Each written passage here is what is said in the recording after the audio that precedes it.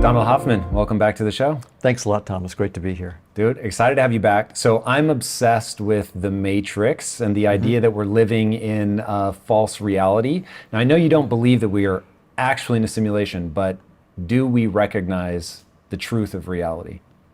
Well, our best science tells us that space-time is not fundamental. This is the conclusion of both physics and evolution by natural selection. So the physicists tell us that space-time is doomed, it's not fundamental, and they're finding new structures beyond space-time, like the amplitude-hedron, that actually make the math easier in space-time for the things they need to do. And then evolution by natural selection also agrees with the physicists that space-time is not fundamental. And let's explain that. So when you say that space-time isn't fundamental, what do we mean exactly? In like the simplest, or we'll get into the geeky, like deep stuff in a second, but for the audience that hasn't heard you talk before, right, what does that mean?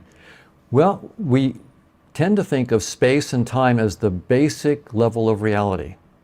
Everything that could possibly be is inside space and has some time. The Big Bang was the start of it all, and who knows what the end will be, maybe a big crunch or just petering out in low entropy and low temperature, we don't know yet. But that, we think, or we thought, is the basis of all reality. So space and time are the basic stage on which all of reality plays out.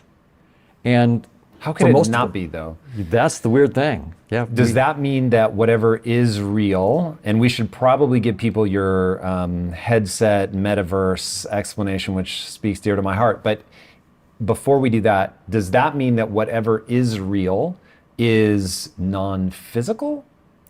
Well, so the word real is a little slippery. So in some sense, my headache is real, right? Because it's a real experience. But it real in the sense that the physicists are talking about it, when they thought that space and time were fundamental, they were thinking that this was the fundamental ground of all possible realities. Like in a Newtonian universe, and even in Einstein's point of view. Einstein thought that space and time was the grounding reality for everything. And now we realize that the 4 dimensions of space-time, or even 10 dimensions of string theory or something like that, is not going deep enough. There are structures entirely beyond space-time and entirely beyond quantum theory.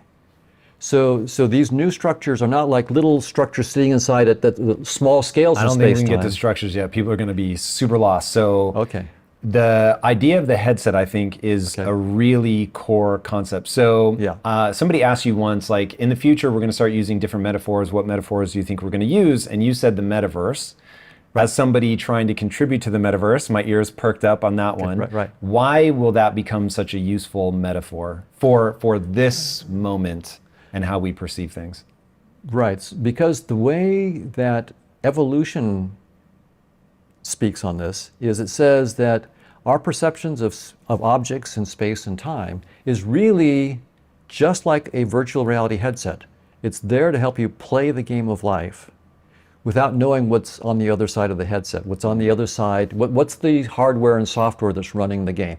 You don't have to know that to play the game. And in fact, if you were trying to play a game of like Grand Theft Auto in virtual reality, and you had to toggle millions of voltages per second to drive your car, you would lose when you were competing with someone who could just turn a nice little simple steering wheel and press on an artificial gas pedal.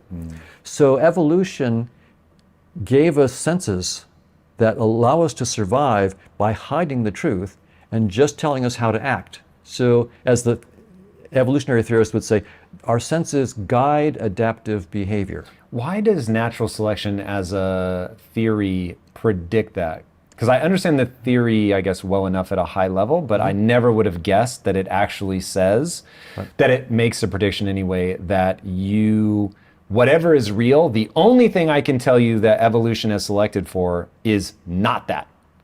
So where, is this something that Darwin himself saw in his theory, or would he be surprised? I think Darwin would be surprised. And in fact, many evolutionary theorists today are surprised. And so how do we know this isn't just a kooky interpretation of natural selection by Donald Hoffman? Exactly. So the the way we pursue this is, it turns out that Darwin's theory has been turned into a mathematically precise theory. It's called evolutionary game theory. So John Maynard Smith started that in the 1970s. And so we now have, instead of, Darwin's theory, which is, it's imprecise in the sense that it's not a mathematical model.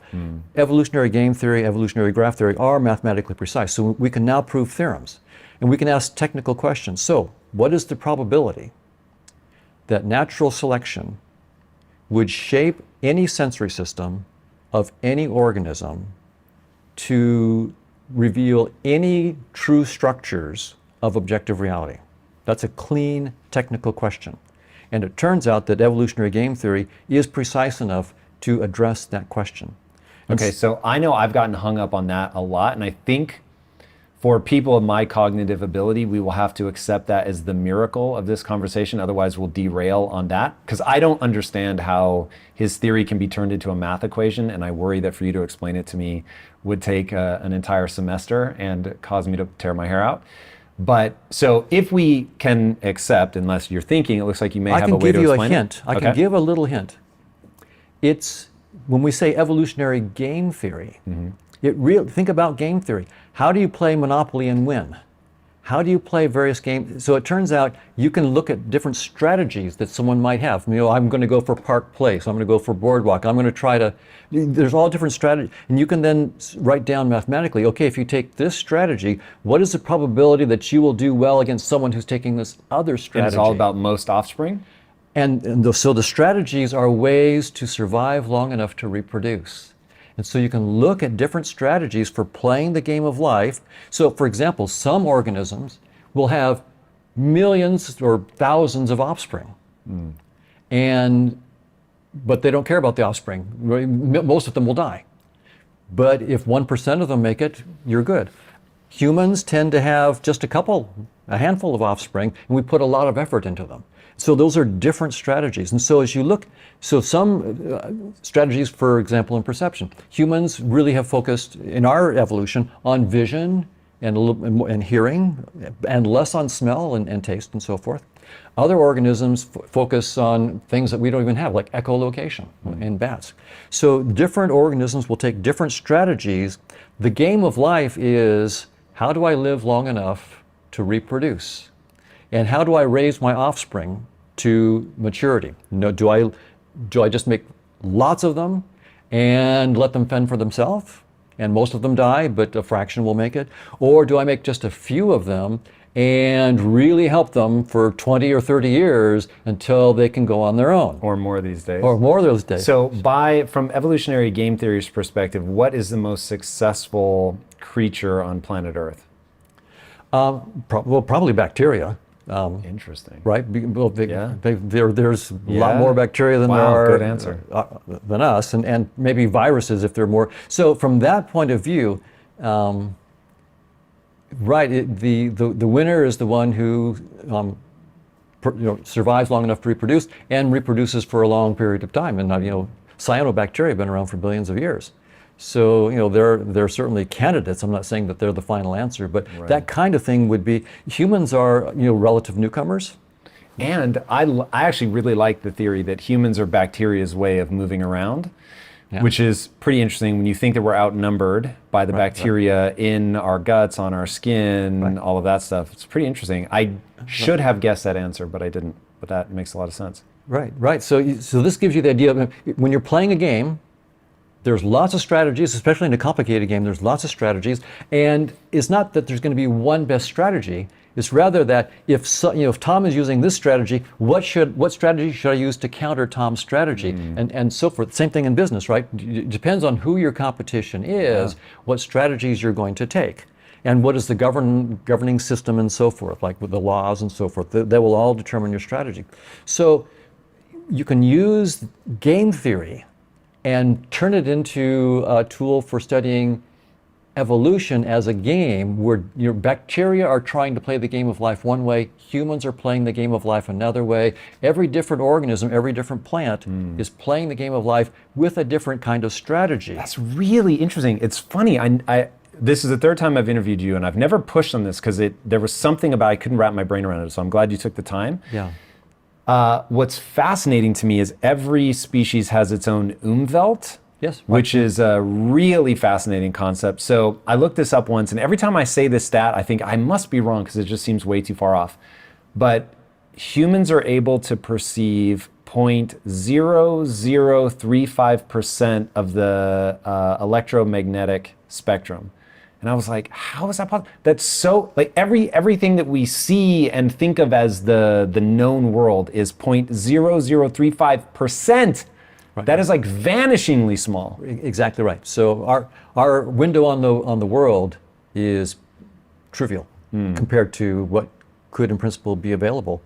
And so the question that you can then ask in a technical fashion is, what is the probability that a strategy of seeing true structures about objective reality, would that strategy help you to survive long enough to raise kids?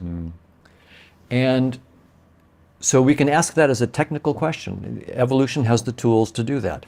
And the key concept is something called a fitness payoff. So fitness payoff is like, if you're playing a game, there's a certain way that you get points in the game. If you're playing a video game, right, you have to shoot things down or avoid getting hit and to get points. And if you get enough points, you get to the next level of the game. Well, fitness payoffs, if you get enough fitness payoffs, what that corresponds to is you're surviving long enough to reproduce, and you don't go to the next level of the game, but your offspring and your DNA in your offspring go to the next level of the game. So here's the big idea. We can ask these fitness payoff functions that govern our evolution. They do depend on whatever the world is and the world structure, so they do depend on the world. They depend on the organism. You know, what's fit for me is not fit for a benthic fish. Being 5,000 meters under the water would kill me. It's just what the benthic fish wants. So the fitness payoffs depend on the true structure of the world. It depends on the organism, you know, Hoffman versus a fish, and the action, feeding, fighting, fleeing, and mating, and so forth. And you can then ask, what is the probability? And this is the key technical question. What is the probability that a randomly chosen fitness payoff function that's governing my evolution has information about the true structure of the world? Right? Because it's that evolution tells us those fitness payoffs are what determine how your senses are going to evolve.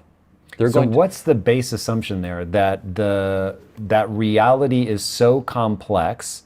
In fact, I want to take a second to really elucidate the example you gave about Grand Theft Auto, which I think is so brilliant.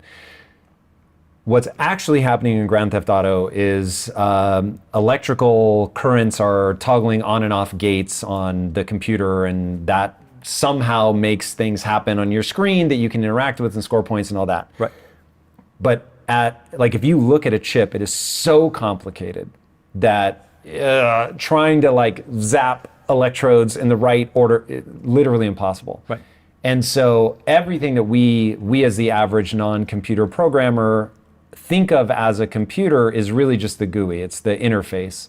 And so you're there at a really abstracted level. It is so abstract as to be nonsensical compared to what's actually happening at the electrical communication level with the machinery itself sending signals to your TV. Exactly. And if real life has that same level of complexity, then I get why it would need to be so abstracted that as to be just nonsensical compared to what reality really is. Something I think breaks in people's intuition. It certainly breaks in my intuition when I think, though, that there has to be some sort of mapping. So the example that you've said many times, which I think is really on point, is if people are going to make fun of you, what they will say is, oh, you don't think any of this is real? Go ahead and step in front of that train and see if it kills you. Right. And of course, it's going to. So the representation of the train is pointing at something that will change your state from alive to dead. That's right. Now, whether all of that is so, again, abstracted from what's actually happening at a electrical level, I don't even know what to liken it to. But nonetheless, stepping in front of a train will flip you from alive to dead, whatever that means in the underlying reality. So do you think at all about do you care what it's mapping to, or are you just like, it doesn't matter, it's too complicated, we're not there yet? Well, I do care, and that's why I'm interested in this particular theorem, right? Because my interest is, I'm seeing a world of space and time and objects with colors and shapes and motions. How is that the true world? Is that the true structure of objective reality? Or is this as divorced from reality? Is what we're seeing as divorced from the fundamental reality as my Grand Theft Auto VR headset is from the voltages inside the supercomputer that's running it? That's the simple question, right? So when I talk about things outside of space-time, it's just like, suppose someone had played Grand Theft Auto since they were 1 day old, and their parents had left them in a headset their whole life. And when they're 25, the parents say, guess what? You've been in a headset your whole life. And that person probably can't even, what could possibly be outside of my headset? I've lived my whole life inside this headset. And you pull it off and you realize, oh wow, there's a whole world that's entirely outside of what you're in. That's the question we're asking. Has evolution shaped us with just a little headset, a VR headset, that guides adaptive behavior but shows us none of objective reality? That's the technical question. And the answer is very, very clear. The probability is 1 that we don't see the truth at all. Meaning 100%. 100%. Okay, so if the probability is 100% that you are seeing a very false version, right, the thing that seems to predict to me is that the underlying reality is so complicated that at least in this form, I don't know how else to refer to that, in this form, it would, with our Umwelt, our ability to process data, whatever, it would not make sense to try to deal with the reality, that it's far more efficient to create an abstraction layer. But if underlying reality is dead simple, that doesn't seem like it would hold true. So do we just presume that there is extreme complexity? Well, it turns out that the extreme complexity isn't necessary for this theorem to be true. Interesting. Why would you need such an elaborate abstraction if it isn't complicated? Well, so it turns out when you actually just look at the math, so suppose the world has some number of states, 1 billion states, or 100 states, whatever it might, so there's some number of states in the world. And you have some number of states of perception. I can see green, red, there's lots of things I can see. When you just do a simple count, look at all the possible functions from the states of the world to the states of my perception, just count them. So the world doesn't have to be complicated. It could have just 100 points or 1,000 points. When you count all the functions that are the fitness functions, and ask how many of those functions actually contain information about the structures in the world, it turns out that very quickly the proportion goes to 0. So even if the structure isn't that complicated, maybe there's only one structure in the world. Mm-hmm. That's all it has, like a total order. Something, 1 is less than 2 is less than 3 is less. What is the probability that total order? So the world could be very simple. It only has one simple structure, total order, and the world only has maybe 1 million states. So it's not a very complicated world. 1 million states. What is the probability that the fitness payoff functions that govern my evolution would preserve the total order information, would actually be able to tell me about the total order? And the math is quite simple, and the answer is 0. But that has to predict something. So when I make the base assumption that it's because it is too complex. So to give people, I want to start putting definitions to some of these words. So when you say state, let's say lights on, lights off. So we all live where Earth has 2 states. The sun is up, the sun is down. That's one. Temperature would be another state. Could be hot, could be cold. Right. Barometric pressure could be high, could be low, could be wet, could be dry. Like we can so there's a lot of different things. And so to your point about the fish, they're dealing with massive pressures. Right. If they were to come up where there's no pressure, they would disintegrate or not be able to move or whatever, just like we crush down to the, like a tiny can. So they would explode and we would crush. Right, exactly. Right. So, okay, that when you say states, that's one example. Exactly right. I don't understand how if everything were static, it were one state, that we would need an abstraction layer to navigate it more effectively than somebody that sees objective reality. So now I'm going to use an example to further illustrate what I mean. I'm going to use an example you gave me the first time. You cannot imagine how many times I've quoted you on this. Okay. You said, Tom, you have to understand that objective reality isn't like, oh, here's a table and it's got this nice swirly grain pattern. It's the number of photons reflecting off of that desk and the amount of reflectivity and all that. Now, irony of ironies, as I have started working in the metaverse, you realize how complicated the visual world is. The 0.0035% of the visual spectrum that we actually see is insanely complicated to replicate. Right. Donald, right. It's the hardest thing I've done in my life. It's crazy, and I don't even have to fully understand it. I just have to guide the team that understands it. Anyway, when you said that, I was like, whoa, what reality is very different than how I experience it. So cool, complex. Right. So now I get why the math works out.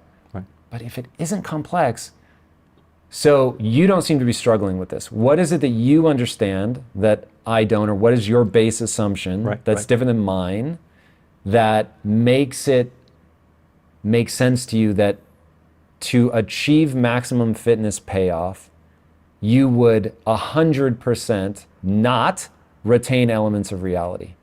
Right. So first, I don't deny that I suspect that reality is very complicated. So my point isn't necessary. That's for not this necessary to hold for true. this. That's right. It's just simply a counting thing. So if you look at all the functions from one set to another set, so I have functions. Say I have numbers 1 through 10, and that's my base set, and I'm going to map them into numbers 1 through 10. So I can map 1 to 3 and 2 to 5 and so forth. Mm-hmm. So now if you just do, if you think about that problem, I could probably figure, how many different functions are there, right? So you can write down all. Now you can say, how many of those functions have the property that, they preserve that 1 is less than 2 is less than 3 and less than 4. How many of them scramble that order?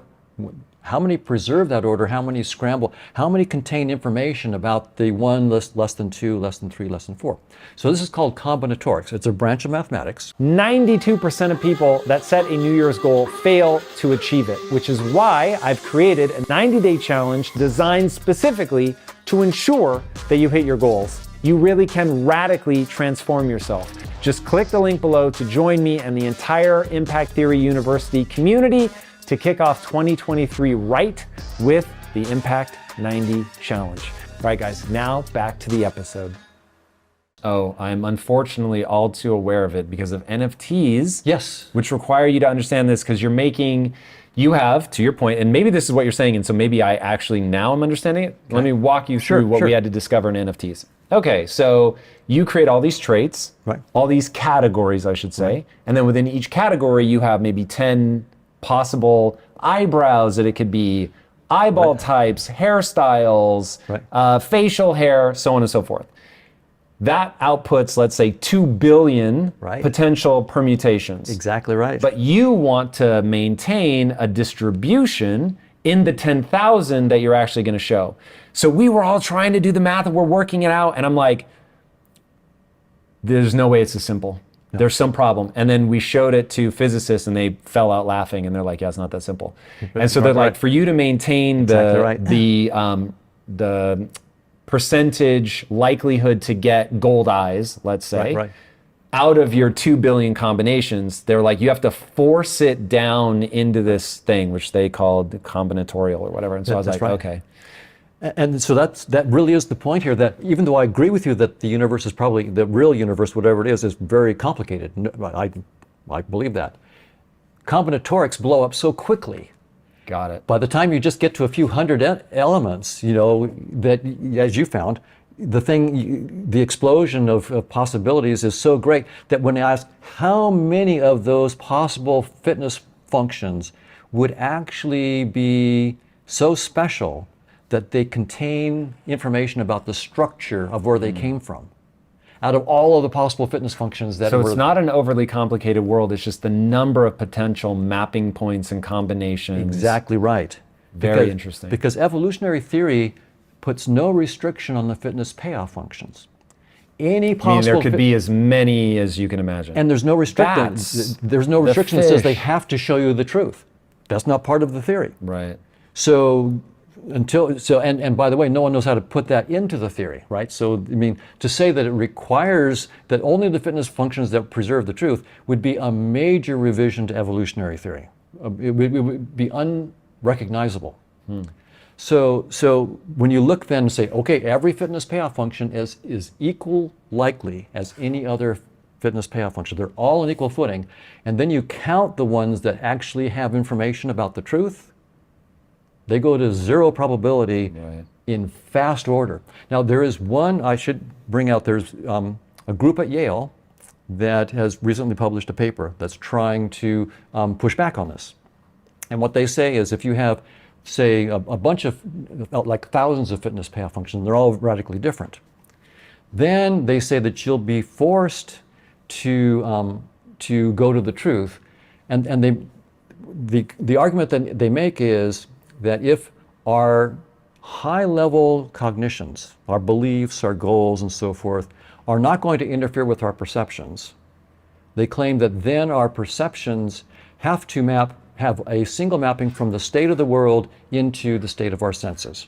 It has to be a single mapping. You can't have multiple. So, because one thing I could do with a lot of fitness functions is say, well, this fitness function is different from that one, so I will do this kind of mapping from the world into my senses with this fitness payoff function. Then I'll do another mapping with this fitness payoff function. And they say, you know, if you're going to have what we call cognitive impenetrability, so what you believe cognitively cannot affect what you see. Okay, that's the argument. Then you must have only one mapping. Well, so that's their assumption. So hold on, let me make sure I understand that. So they're saying that basically so that your delusions don't create the exterior world, or at least your perception of it, you have to have this mapping so that you're actually detecting and seeing what is real? They're saying that if what you believe doesn't affect your senses in a fundamental way, then they claim that entails that you can only have one mapping from the world, the mapping of your senses from whatever the world is into what you're seeing, the colors and the shapes and so forth. There can only be one map that holds regardless of what the fitness payoff function is. That was their claim. So, and the only reason I bring this up is because this is a recently published paper. The claim is false. It's trivial to show counterexamples. Their fundamental claim is false. Please do, as a way just to make sure that I actually understand what they're saying, because this sounds like what they're trying to protect against is hallucinations basically becoming subjectively real. Right. So I actually think that it's true, probably, to a large extent, that what we believe does not really affect fundamentally what we see. So technical term we use, the geek term, is cognitive impenetrability of perception. That's what the philosophers of science will talk about, and cognoscientists that are and you can think about, scientists might like this because they'll say, look, we want to use our senses in our experiments. My theory makes a prediction. I have to go look and see if the prediction is true. Well, if my theory that I'm holding would change what I see, then science isn't going to really be objective, right? I mean, if I believe this theory and it changes how I see the data, then I might just see the data that confirms the theory and I can't escape. So that's why the philosophy of science has been very interested in this question. Are our high-level theoretical beliefs and just our beliefs as everyday people, do they get in there and somehow fundamentally affect how we see the world? And there is a sort of a way you could say the way I believe things does change my world, but they don't change like the color I see or the three-dimensional structure of the cube here that I'm seeing. I mean, they might change it in some way, but not fundamentally like that. So that's the question. And so it's trivial. I mean, so when the group at Yale makes this point that if you have lots of different fitness payoff functions and you don't have your high-level beliefs interfering with the process of perception, then you can only have one map from the world into your senses. And of course they don't prove that, they just state it without proof. And so it's trivially false. We have made counterexamples. It's very, very easy to make counterexamples. I can design a system in which I have, say, 2 fitness payoff functions. And I use one fitness payoff function to make one map from the world into my perceptions, use the other fitness function to make another map. And if I have a system that has no high-level beliefs, then the high-level beliefs aren't interfering with it. There's the counterexample right there. No cognitive penetration of perception, multiple maps. But then I can add beliefs and say, I know I can have beliefs there as long as they don't interfere with this mapping here. I could have two maps. Why not? So they're the guys, the group at Yale, they're brilliant experimentalists, and one of them is a really good friend of one of my collaborators. I mean, they were postdocs at MIT together and so forth. So they're brilliant experimentalists, but the fundamental assumption that they're making is just trivially false. And so then how do we see this in our perceptions? The way we see it in our perceptions is we have probably hundreds of thousands, if not millions, of fitness payoff functions that are governing our behavior. So what do we do with all that complexity? What we do is we group the fitness payoff functions into groups that are similar. And we take that and we make simple little data structures out of them. And those data structures are what we call objects. So this object is good for drinking. What is a data structure? When you say that it's an object, meaning my mind groups it so that I can differentiate the cup from the coaster from the desk? What I'm saying is we're making all this stuff up as a simple way to represent the fitness payoffs and how to get them. So for example, when you're playing Grand Theft Auto, you're playing a game. If you looked inside the supercomputer, there is no red Porsche, there is no steering wheel, there is no gas pedal. In some sense, those are what I call simple data structures. They're coding for, the gas pedal, and pushing on the gas pedal is coding for, who knows, countless millions of voltage changes happening in exactly the right sequence in the computer.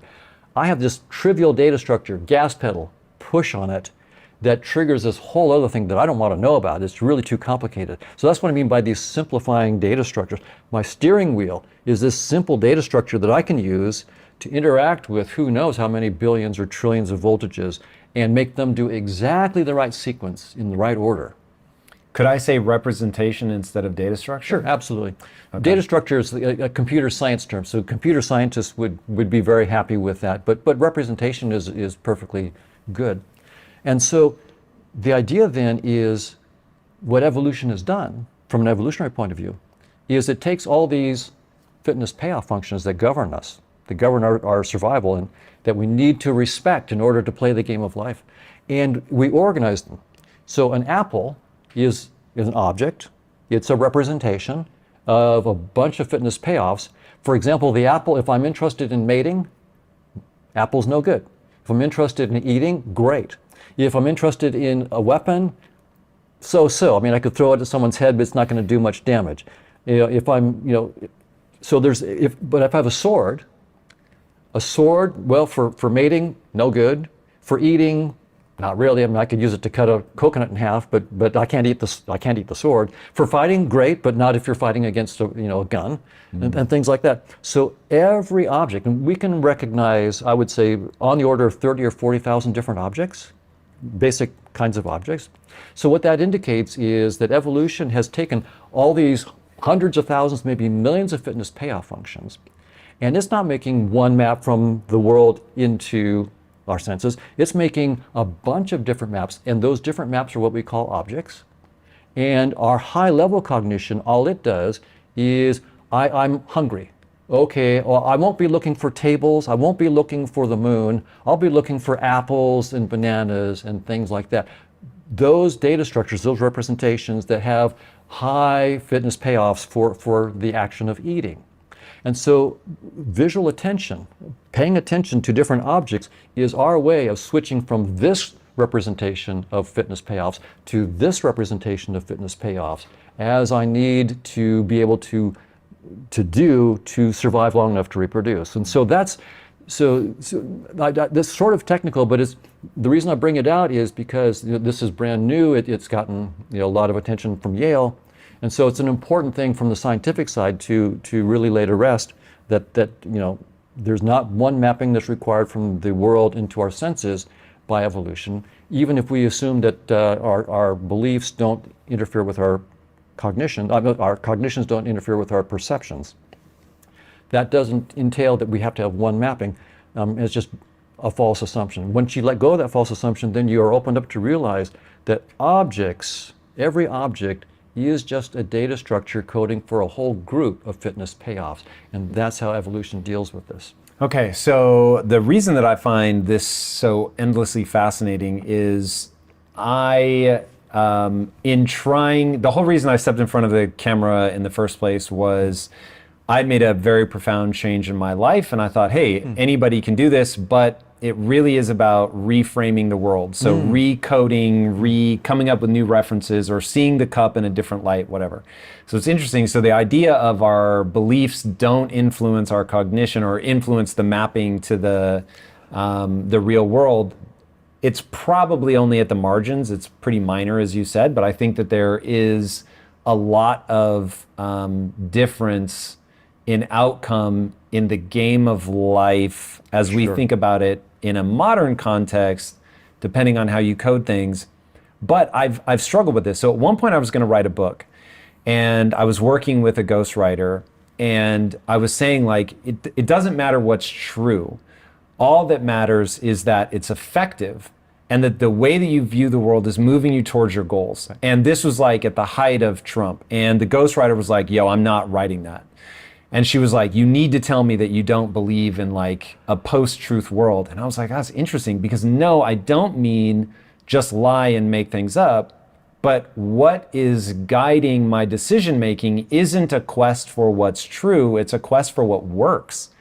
And so as I think about fitness payoffs, I get that. I'm going to put a pin in the following for a second. When I hear you talk, it feels like you think the level of abstraction is like being in a game headset versus what the game machine is doing itself.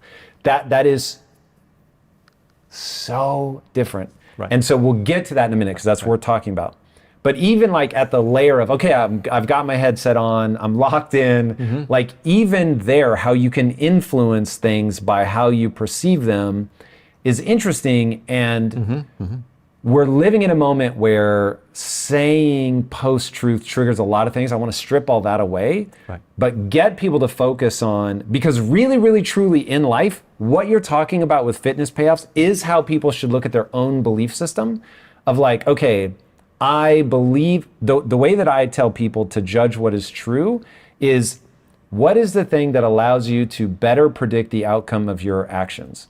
And so if I believe in gravity, that allows me to better predict how to handle this cup, right? Because if I hold it over here and let go and expect it to stay there, I'm going to be very disappointed when it crashes to the floor.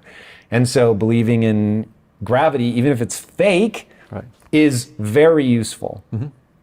Stepping on the gas pedal, even if there really is no Porsche, even if there really is no gas pedal, if I'm in the game, like just assuming that that's how it works, even though it isn't true, it's a total abstraction, it's going to help you get towards your goal if your goal is to win that game.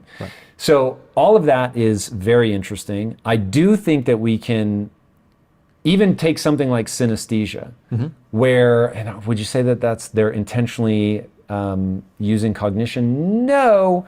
But their perception is like, I don't know if you know who Dave Grohl is, but drummer for Nirvana, lead singer of Foo Fighters. And he is a synesthete of his own claim, own admission, And he said that, I forget if he sees or shapes, I think there might be shapes, and for him, and he said that's why it's so easy for him to remember songs, because they have these literal shapes. And so he just has to remember the sequence of the shapes and he can play the song.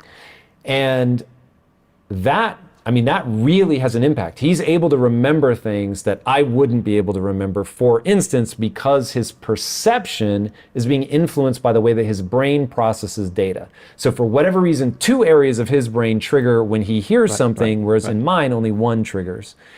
And so that to me, when I, again, going back to why I find this so interesting, that to me says, hey, I don't know how much of what you're perceiving is real, but I know that there are consequences to how you categorize. So your idea of data structures is going to matter a lot. And so if you can categorize something as shapes and sound, it's going to be easier to remember. If you categorize, like for instance, the thing I'm always trying to get people to understand is, if you have what I call the only belief that matters, that you can, if you put time and energy into getting better at something, you actually will get better. Right. If you believe that, then you'll pursue improvement. If you don't believe that, then you won't, because it wouldn't make any sense. Right. So you miss out on fitness payoffs based on your cognitive assessment of how the world works. Right. So all of that's fascinating. Okay. Absolutely. And important to understand. Where my brain breaks with your thesis is how different what you perceive is and what the world is like. And I know, and this is where it gets hard, because I think you would say, we don't know what's under space-time. Right. But what's your best guess? Like, as we strip away this layer, and this might be the time to talk about consciousness, but I don't want to lead the witness. Right. What do you, if it isn't space-time, stab in the dark for me. What the hell is it? Well, I'll tell you what the physicists are doing on this, because the physicists are the ones who are saying space-time is not fundamental. So it's there, it's a pointer, it's a representation, it's a data structure. It's a data structure to something deeper. That's right. But it happens to be the human brain, which is already a data structure. You're already making that up. Exactly right. But that data structure represents things through space-time. Exactly right. That's our headset. Space-time is just our headset. And it only goes down to is that the Planck length? I always hear you quote a size. Planck length is 10 to the minus 33 So centimeters. that is what you're quoting. Right, exactly. And that's the smallest thing that we can measure? Yeah, that's the smallest thing. That's the smallest scale at which space-time has any operational meaning.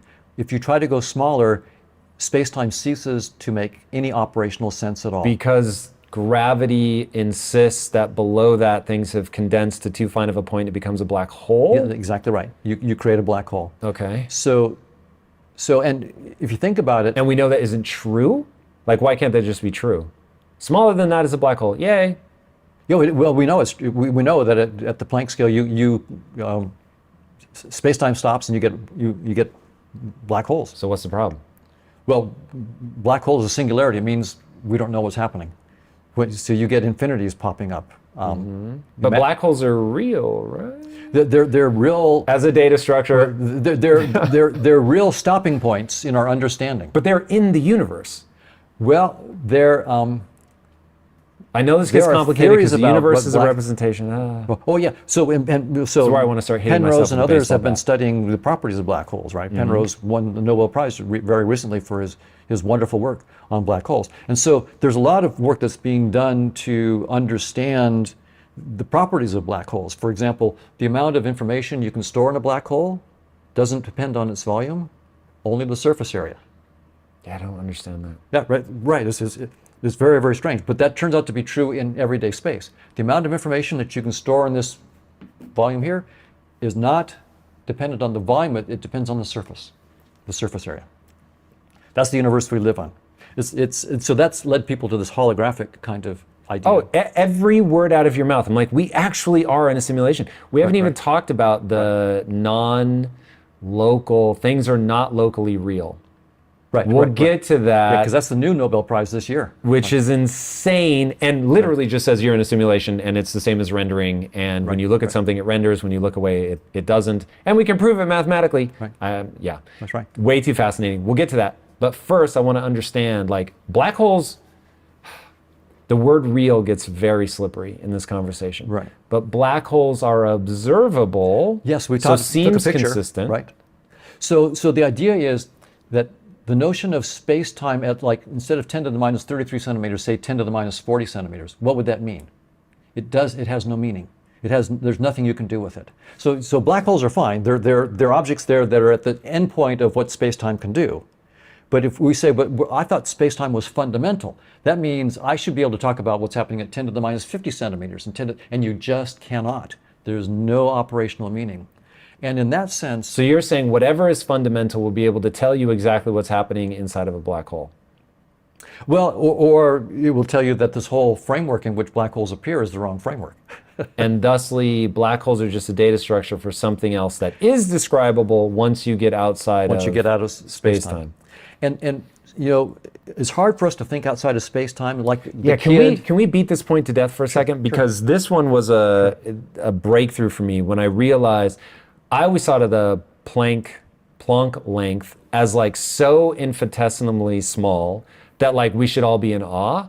And you're like that space-time breaks down that early is just ridiculous. And I was like, okay, that's a different frame of reference. Yeah, it's a very shallow data structure.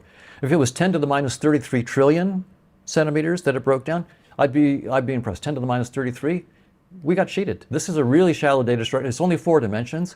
I can't even imagine something in 5 dimensions. I can't even imagine a new color that I've never seen before. So we've been given this really, we think that we're, in many cases, we think we're the epitome of intelligence and the smartest thing in the universe. My feeling is we've been shortchanged. Really shallow data structure, only 3 dimensions of space, 1 dimension of time. We got a cheap headset. And so when, that's a fun way to say it, when data breaks down like that, right. I always forget the guy's name, so I wrote it down, but Nima Arkani Hamed. Right. So I've heard you talk about him a lot, so I started doing some research on him. And if I'm understanding what he's saying correctly, is basically when you have a data structure that falls apart that early, right. which was, again, a total reframe for me, because I thought of that as like, oh my God. Right. But apparently, when you understand this better, you realize that's a pretty early tap out. Right. So when a data structure falls apart that early, that tells you that it's proximal, right. which I'm interpreting as it's the finger pointing at the moon. It is not the moon itself. Exactly. And so now you know you're looking at a pointer. Right. And so that seems to be the thing that his whole case rests on for space-time being doomed. That if your data structure falls apart that early, you know there's no way this is the fundamental thing. That's one of the big pointers. The other big pointer, a couple other big pointers he gives is that when you let go of space-time and you start computing particle interactions, like 2 gluons hit each other and 4 gluons go spraying out, the kind of thing that happens at the Large Hadron Collider all the time. If you compute it inside of space-time, that one I mentioned, 2 gluons in, 4 gluons out, hundreds of pages of algebra for one interaction. Why is it so complicated? Because it's the wrong data structure. It's an ugly, nasty data structure. And the thing that you're doing the algebra on is in what way they scatter. Inside space-time. You have to make all the math work out, you have to have these Feynman diagrams with virtual particles. Because people are they're trying to say, okay, a theory of everything, right. which you are saying does not exist and will never exist, but right. we'll get to that later. Yeah, right. So if there were a theory of everything, though, we should be able to know everything so finely that I can tell you, oh, if they collide at this energy with this directionality, it will scatter exactly like this. Yeah, with these probabilities. You have probabilities of their scattering. Okay, right. And so they're just like, oh my God, it's a dizzying amount of math. That's right. If you do it until you let go of space-time. And then that one that I mentioned, 2 gluons in, 4 gluons out, it's one term. You can compute it by hand. It's like when they hit, there'll be a diamond. Yeah, because you need to start talking in shapes, right? Well, yeah. So it's a shape beyond space-time whose volumes. So yeah, it's a shape outside of space-time, outside of our headset, and the volumes of this shape actually tell you the probabilities of the various kinds of particle interactions. Okay, so it turns billions of terms into a handful of terms, and it shows you new symmetries. That's what the physicists really love. It's simpler math, which is great. And then all of a sudden you see new symmetries that you can't see in space-time. Okay, I'm going to try to draw an analogy, which is already going to break things, but let me see how close I get. You're in Grand Theft Auto. Right. You step on the gas and you go forward. And we're just like, oh my God, the math to predict in what way the car is going to move when you step on the gas pedal is ridiculous. Mm-hmm.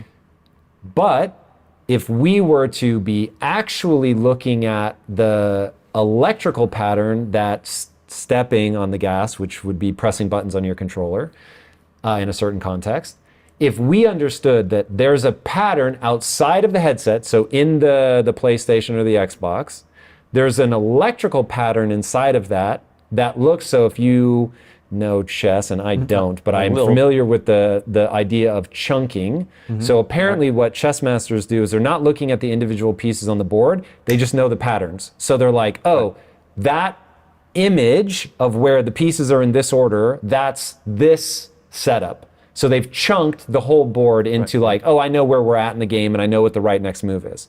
So basically what you're saying is you step on the gas and it gives you an image of a shape of electrical patterns outside of the headset. If that's what you're saying, I at least understand. I could not give you the math or any of that, but I get like this representation, this data structure, which you think of as being real, stepping on the gas and the red Porsche goes, is actually this chunk of electrical impulses, if we think of it as a shape or a pattern or a rhythm or however we're going to think of it. Is that what we're saying? That could be a helpful metaphor. And I've got another metaphor that may also try to help people on because that's an important point that you're raising. So suppose, here's another way to think about this. Suppose that I'm looking at a video and I'm seeing all these pixels. And the pixels are moving in really complicated ways.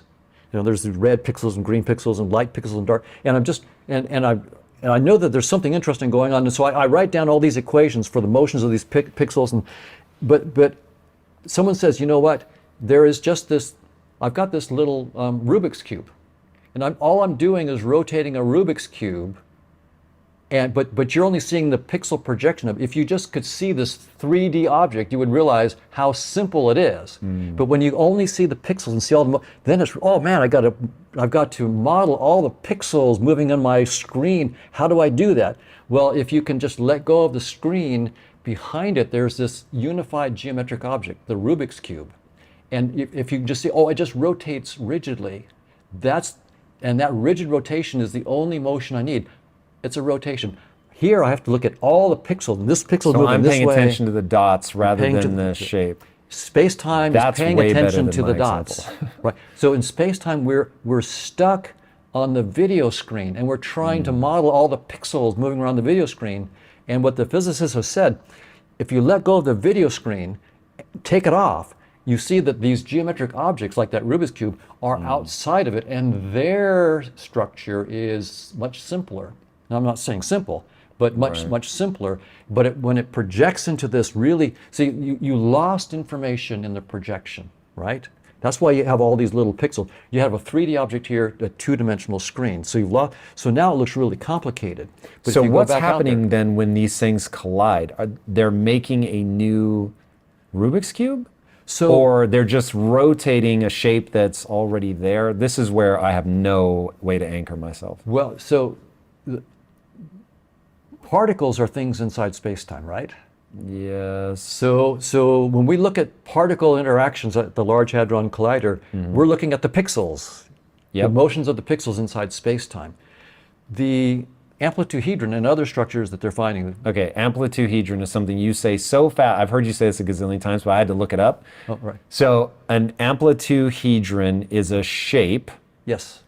A geometric shape. Right. In how many dimensions? They can be in small numbers dimensions, but they can go to infinity.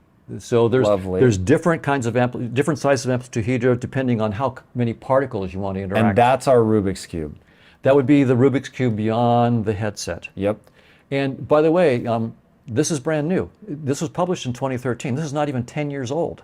So this is all new stuff, this amplituhedron. So it's no surprise that people haven't heard of it, and many physicists haven't heard of it. It's truly remarkable. Quantum theorists, in fact. And so what makes people think the amplituhedron is actually real? That we have detected the shape outside of the headset? Well, I think that the really brilliant physicists would not say we're done. They would say we've taken a first step outside of the headset of space-time, and one of the first structures we found is the amplituhedron. That doesn't mean it's going to be the final answer. They're looking at other structures, something called the cosmological polytope, and surface hedra, and so forth. Cosmological polytrope? Polytope. Polytope. What is that? That is it another geometric shape? It's another geometric shape that Nima, Arkani Hamed, Juan Maldacena, and others, a lot of the work's been done at the Institute for Advanced Study and collaborators with the people there. And this is trying, see, the amplituhedron is primarily for flat space-time, in my understanding, so without gravity. But when you deal with gravity, and Einstein told us that sort of curves space-time, then things get a little more complicated. And in that case, I think they're looking at the cosmological polytope for more like cosmological kinds of predictions. So the amplitude-hedron. And I'm sure that they're not saying the cosmological polytope is the final word. What's really interesting is they've already taken a step beyond the amplitude-hedron. So there's something called... Meaning even that they don't think is fundamental, or just that it's part of the fundamental... They think it's an important step outside of space-time, but what surprises the physicists is that the heart of the amplitude-hedron is something called a permutation, a kind of permutation called a decorated permutation. It's like shuffling cards, you're permuting cards.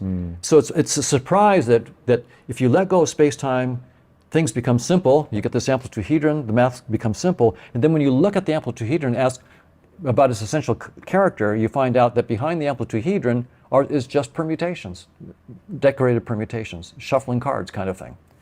And so we're at this position. So this is only, in the last couple decades, right, that this has happened. The amplitude-hedron is 2013, so it's only 9 years old. So here we're at this really interesting position in science, in physics. I like to think of it like the movie 2001, A Space Odyssey. Remember the scene? Awesome movie. It was a great movie, yeah. And there's a scene where there's the monolith. It's just sitting there, pregnant with meaning. And the apes are looking at it, they're afraid of it, they're beating on it, they don't know what to do with it.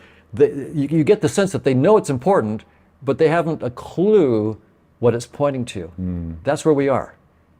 The amplitude-hedron and the decorated permutations are these monoliths outside of space-time. There's no dynamics.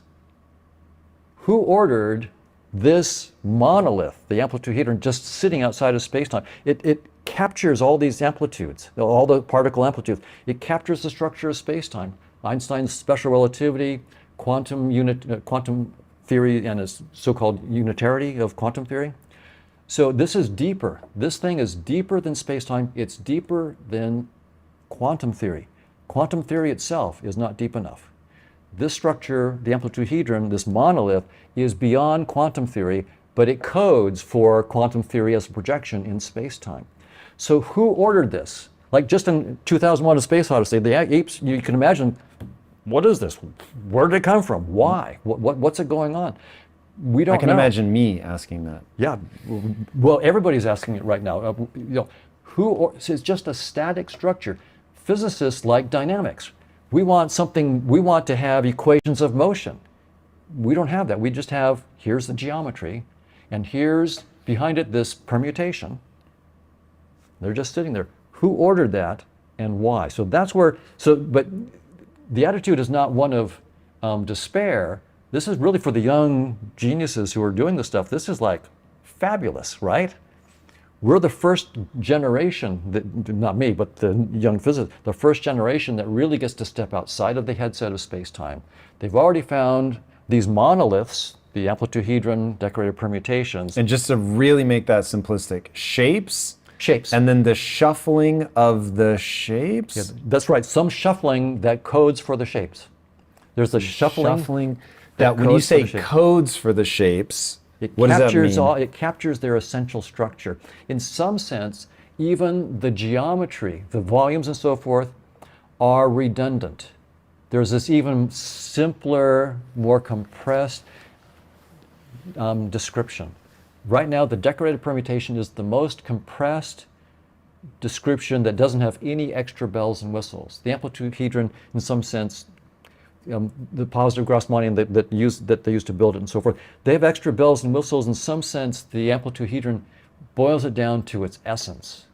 So it's shuffles, permutations. And the big question is, why? Why this? I mean, if in the beginning God said, why would God say that? What is this? Let there be shapes. Let there be the amplitude-hedron, let there be shuffles. That doesn't seem quite deep enough, right? It seems like there's got to be something beyond that, something dynamical. And there's no clue right now in the physics about a dynamical thing behind the decorated permutations or the amplitude-hedron. Well, we just lost me, so I'm guessing that we lost a lot of people. So this is outside of the headset. So we're beginning to get to what we think may be these foundational pillars, but it's so early that nobody really knows what these are yet. Right. Let's go back to the quantum realm for a second. Right. So this is one of my pet peeves, that people in the mindset space tend towards magical thinking. And there's something about quantum entanglement, the quantum tubules in the brain or whatever it is that they think about collapsing and all that.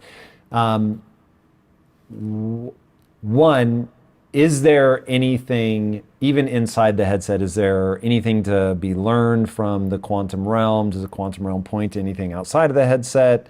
And where are we, like, how do people not drift into meaninglessness as they begin to pursue this? Because because I'm so focused on usefulness, I get very agitated, might be the right word, when people are like, oh, we're quantum entangled and that's what the soul is, and I want to tear my hair out. Right. So it's one thing just to say those words, it's another thing to have a mathematical model. And a mathematical model that actually predicts precise outcomes of precise experiments. And so that's the difference. When physicists talk about quantum entanglement, they're talking serious math and then serious experiments that just a week ago, the Nobel Prize was awarded to 3 of the pioneers in testing one of the key predictions of entanglement. Which is that the real world isn't real. So yeah, it's called local realism. The belief that we tend to have of local realism. So objects like an electron has a property like its position or its spin. Whether or not you observe it, it's got a value of that because it's real. And we assume. We've assumed that, right? That's the reality. Whether you see it or not, it is spinning up or spinning down. That's right. It's like saying the train is there and it's going to hit you even if you don't see it. You close your eyes, it's not going to stop the train from hitting you. So the electron really has its position and really has its spin when it's not observed. And the other assumption is locality. It's Einstein's assumption that no effects travel faster than the speed of light through space, through space-time. And so that the two together are called local realism. So it's possible that when we say local realism is false, that it's either the realism that's wrong or the locality. So it could be, you could say, okay, local realism is false because there really are properties that exist, but their influences go faster than the speed of light. Or you can say nothing travels faster than the speed of light, but so the realism is false. I believe Einstein, but the realism is false. My attitude is both are false. Local and realism are both false. And that comes out of just the idea that space-time itself is not fundamental, right? And so let me say it real simply for people like me. Things only exist when you look at them. Right. You create them when you see them. Like in Grand Theft Auto, I have a VR headset on. I look over there and I see a red Camaro. Is there a red Camaro in the supercomputer? No. The average person is going to reject this out of hand. Right. So one, we're going to have to walk through the Nobel Prize. So thankfully you had linked to an article, so I read about it. It melted my brain about an hour before you and I sat down together. And I was just like, how the hell is this real? Or true, I guess, because it's not real. And then, so we'll walk through that. But to give people the analogy to anchor them, I think you and I disagree about this. And I've always told people, largely because I don't want to argue about it and I don't really know, that I don't think we live in a simulation. The more times I interview you, the more I'm like, maybe we do. Or maybe the way our fitness payoffs get mapped, it is so effectively like a simulation as you might as well think of it as living in a simulation. So I've written this story with my team. I don't want to overly take credit, but we've created this thing called Project Kaizen. And in Project Kaizen, they're in this thing that we call the array. The array is basically quantum foam, and the idea is that it's information theory. So that information can travel faster than the speed of light, and that ultimately the thing that drives people mad in our world is to ask the question, where is the array?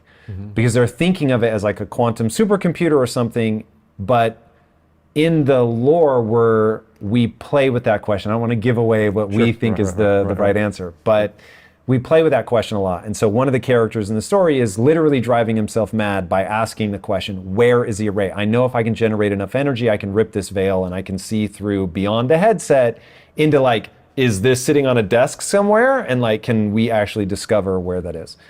And okay, so working with that idea, at first I thought, nah, I mean, this is all just a story. But the more that I look at this, this is in real life, put that in air quotes. In real life, you only render things when the player is looking at it. It's the only way to not melt the computer.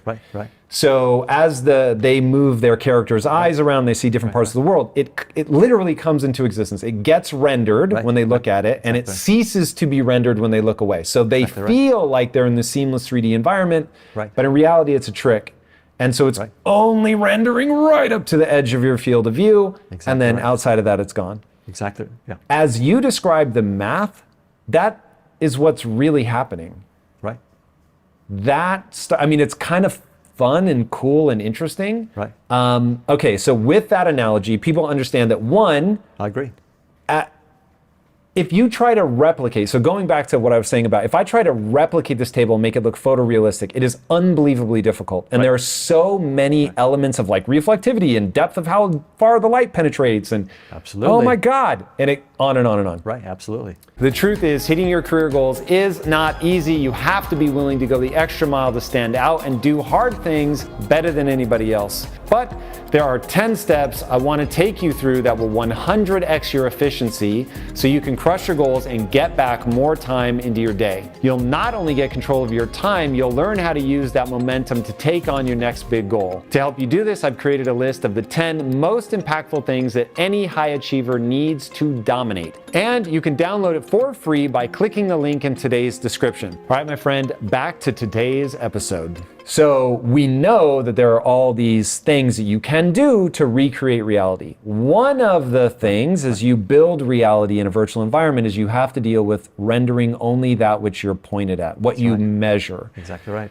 As we look at the quantum world, that holds true in a way that is so weird. I don't know whether to laugh or be creeped out or whatever, but it's utterly fascinating. Okay, so now to the Nobel Prize. So we know that that's how you would have to do it if you want to recreate reality. And the Nobel Prize was won for showing that the idea of local realism, that things exist and have definite values of their properties and with influences that go no faster than the speed of light, that's false. That assumption of local realism is false. And there are even really interesting quantum setups where you can prove that when I make this particular set of measurements, I know with probability 1 what I will get, like on my 8th measurement. I know with probability 1 what the value will be. Again, probability 1 means 100%. 100%, that's right. 100% what I'm going to measure. And yet I also can prove that that value, let's say of the position or the spin, cannot possibly exist until the moment I make the measurement. Okay, so let's walk people through that. So Einstein and 2 other people basically said, the math predicts that what you just said is true. That I can have 2, we end up calling them quantumly entangled particles, but I have 2 particles, I forget which type, racing away from each other to the opposite ends of the solar system. Very, very, very far apart. And one of them we know, they have to have opposite spin. So one of them is going to be spinning up, one of them is going to be spinning down. And they said, they're like socks. So one of them could be the right sock and one of them is the left sock. So once you measure that, oh, this is the right one, then you know automatically that the other person has the left one. And the Nobel Prize was won for proving that they're not like socks. It's not even that you don't know which is which. It's that whichever one you look at first, if that spins up, then you know instantaneously the other one is spinning down. But causally, Because this one is spinning up, that one must be spinning down. Right. Okay, so now the part I don't understand, which by the way means that these things will react effectively to each other because you measured it instantaneously across the entire solar system in this example, which is way faster than light. My question is, when you measure it, if it wasn't already spinning up or down, what makes it spin up or down? Is it just probability? Yeah, that's all that physics can tell us right now are the probabilities for this. And probability is where explanation stops, right? When you put a probability measure in your theory, you're saying, my understanding stops right here, so I need a probability measure. Because if I could tell you how it worked, then I would tell you how it worked. Right now I can just say, here's the probabilities. And so that's what we get in quantum theory is, and so that's why Einstein said, God doesn't play dice. He didn't like the idea that God didn't know all the way down what was going on, that there would be these random probabilities. But yeah, when you do the experiments, it turns out entanglement is real. And that then leads to the conclusion ultimately that local realism is false. And it's truly stunning. But if you think about it in terms of a headset, as you said, I render, like in the virtual reality Grand Theft Auto, I render the Camaro when I look, and I garbage collect it when I look away. I just delete it. I render particles, I render space-time itself. Space-time itself doesn't exist except as a data structure that we use. And so it's, now in terms of a simulation, I should make a distinction between what we're saying here and a different kind of notion of simulation that Nick Bostrom has. So there's a simulation theory of Nick Bostrom and others where they say, look, this isn't real. It could be just some computer geek that did a program, and we're just creatures in the simulated world in this program. And it turns out that computer geek herself is just a program from someone else at a lower level. And there's this whole hierarchy all the way down until you get to some base programmer. But they assume that the base level is a space-time world. So they're still stuck on the headset. That kind of simulation theory isn't thinking big enough. You have to let and they're also assuming that programs can create consciousness, which is another story. No one's been able to show how that's even possible. So they're just not thinking big enough. You've got to let go of space-time at the base of the entire hierarchy of simulations to really get where the physicists have gotten. Space-time itself is merely a headset. So the standard simulation theory isn't thinking big enough. It's still stuck in the headset. As we strip away the headset, is local realism going to remain false, or will there be something, a better way to ask it, when we strip away the headset, is God still playing dice? I'll put it this way. As scientists making theories, we will always come up short. We will always have a place where we say in our theory, this is where our knowledge stops. And that's what we call the assumptions of our theory. So every scientific theory says, if you grant me these assumptions, I'll explain all this wonderful stuff. But you have to grant me those assumptions, and I can't explain those assumptions. Like even Einstein, he said, grant me that the speed of light is constant for all observers, and grant me that the laws of physics are the same for all people moving in uniform motion. If you grant me those two things, then I can do all this wonderful stuff. And that's the way all scientific theories work. Grant me this assumption, these miracles. Because we don't yet understand these things. Well, and it's also, I think, intrinsic to what it means to be a scientific theory. So there's no escaping this. A scientific theory, there is no theory of everything. That's a flat-out statement. There can never be a scientific theory of everything. Because of Gödel's incompleteness Gödel's theorem. incompleteness theorem, but even just before Gödel's incompleteness theorem, every theory says, grant me these assumptions, please. You have to make certain assumptions to boot up a theory. But isn't that just our ignorance? Probably so, but our ignorance is unlimited. It's interesting. So I heard you and Yosha Bach, yeah, is that his name? Discussing, and he said something that rings intuitively true to me, which is that we always want to say, oh, we'll never understand that. Right. But we just don't understand it right now. And just like Newton and his whole thing at the end of his life, where he was like, the right way to think of me is as a child on the shore playing with a seashell in front of the entire vast sea of undiscovered truth. Right. And his students, though, didn't believe that.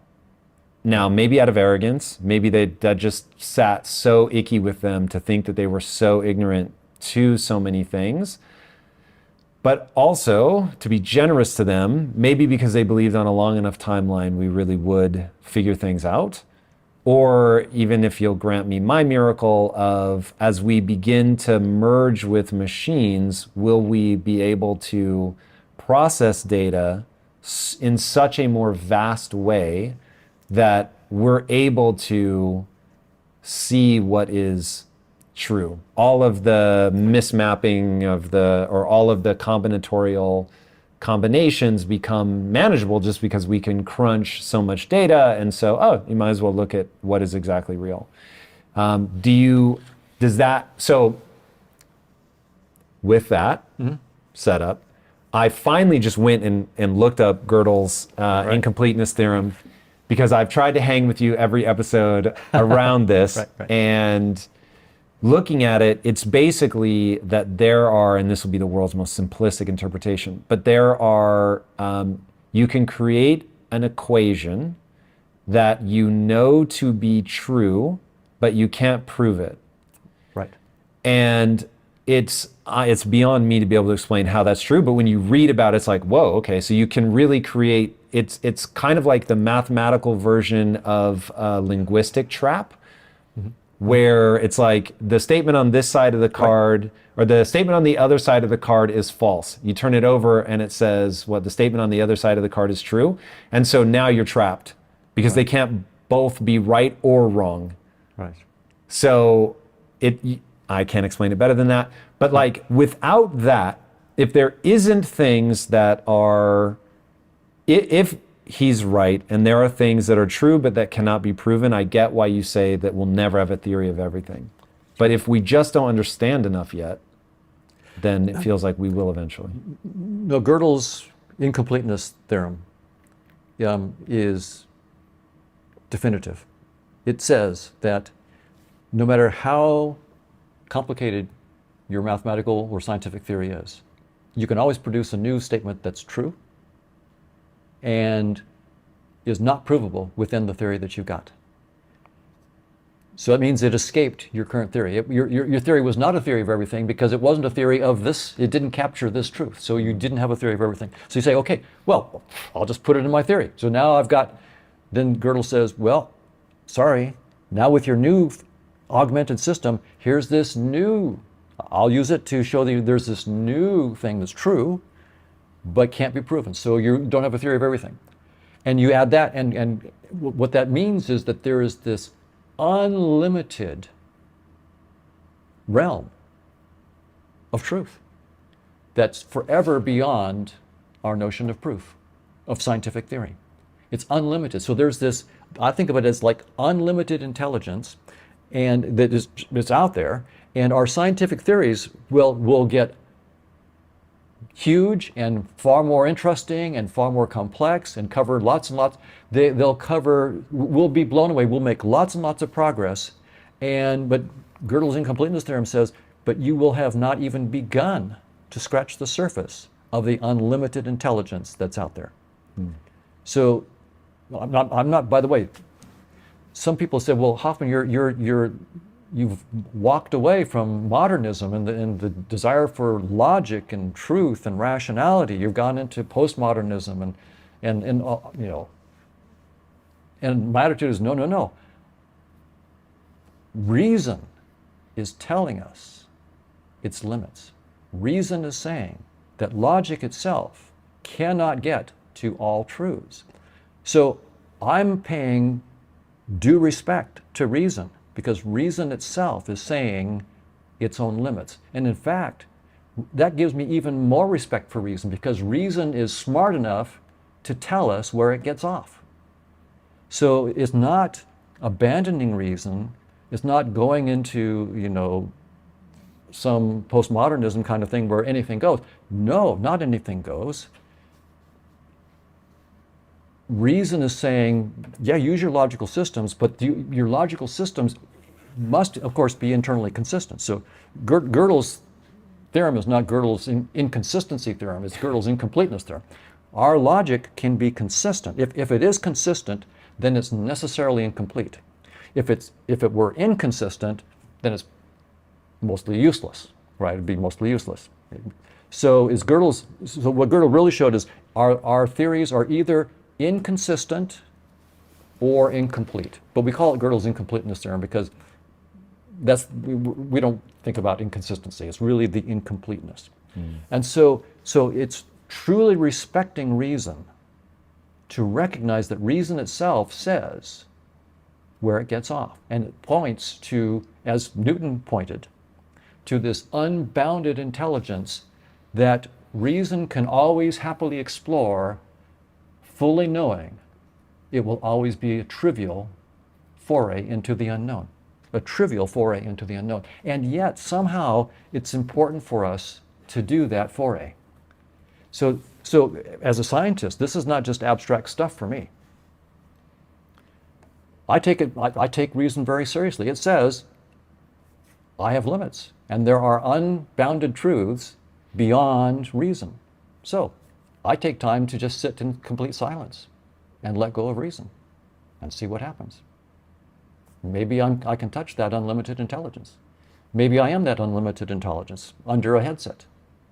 That's an interesting possibility, which many spiritual traditions have pointed to, that we are that unlimited intelligence, so that we then have this interesting back and forth between rigorous logic, not anything goes, rigorous logic on the one hand, and then complete letting go of all concepts, going into complete silence, where there's this incredible intelligence it's literally infinitely greater than our scientific intelligence. And having them go back and forth. I think the best science in the future will be from those who can do that. Be absolutely hard-nosed in your math and your experiments, absolutely hard-nosed. It's not everything goes, it's rigor.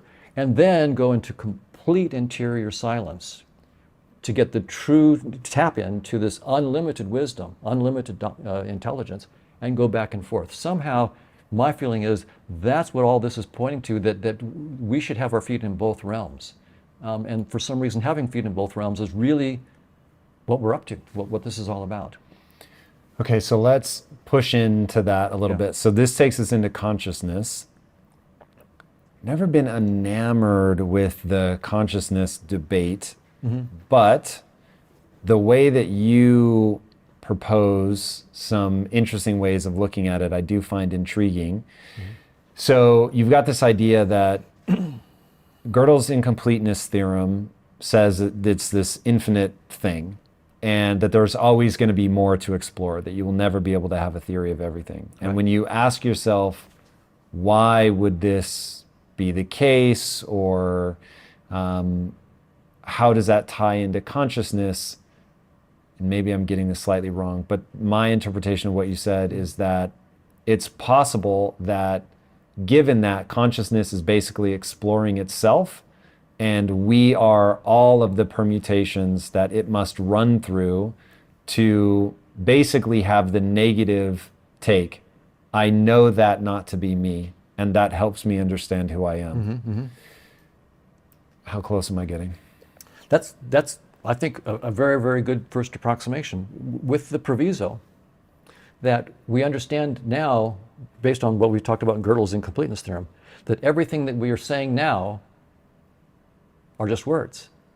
And they're only pointers into a realm that's unlimited and infinitely beyond anything that even our words can point to. So even when I talk about consciousness as being more fundamental than space-time. But even then, if I step back and go, okay, to be really consistent, I have to admit that even a theory of consciousness is not a theory of everything, and it may not even be the right language. It's just the next baby step in our scientific exploration. How can consciousness be more fundamental than space-time? Wouldn't the thing that the local realism, which requires you to look at something, state that if consciousness were more fundamental than space-time, it would already be observing itself? So the way to think about it is, maybe an analogy is, you're wearing a headset. Yep. And you're playing Grand Theft Auto again. But there is no real car out there. The steering wheel is just in your head. It's all in your perceptions. All of that is in your, so the entire physical world, quote unquote, of Grand Theft Auto is made up in your mind, made up in your consciousness. So my consciousness, or whatever consciousness is creating the virtual world. That's right. The way I think about it, and again, words have limitations, but the math model we're working on consciousness indicates that there is one unlimited consciousness that cannot be modeled, but we can talk about projections of it. That one big consciousness can have projections, and we're having a projection into a 4D space-time format, and there's a Tom projection and a Don projection, but we're just projections of this one unlimited consciousness that's utterly outside of space and time. And this is probably not a particularly sophisticated projection. As I was saying, 4D space-time only goes to 10 to the minus 33 centimeters. Pretty trivial. So this is consciousness not being too serious. This is like a trivial projection, but it's doing whatever it needs to do. We're doing some science, we're talking, we're learning to love each other, which maybe, who knows, that might be the big thing. Maybe it's learning to know yourself beyond any concepts and to know that everybody else is really you under a different avatar, and to learn to love. I mean, I don't know what the final answer is, but this is the kind of question that comes up and the kind of answer that comes up. That feels a little bit, wishful thinking isn't the right way, but that feels like a very specific to you prognostication. Absolutely. Like, it's beyond the math. Yeah, when I hear you describing that, I think of war games and Jacob learning like, oh, there's no way to win at thermonuclear war. The only way to win is to not play. Great ending to a movie. But like, when I think about, okay, wait, why would consciousness, this grand consciousness that the math seems to point to, why would it need to understand itself? Why would it need to discover love? It's like, and I think about this a lot, and we talked about this in the last time we were together. I was saying, when you've got a machine and you're trying to like get AI to do something, you have to give it directives. You have to tell it to do something. But somebody had to tell it to do that thing. So who is telling consciousness, oh, you should care about love? Well, and I completely agree with you, Tom. I think that the things I just threw out should probably be thrown out. Right, but the idea is, we don't have good ideas in this space.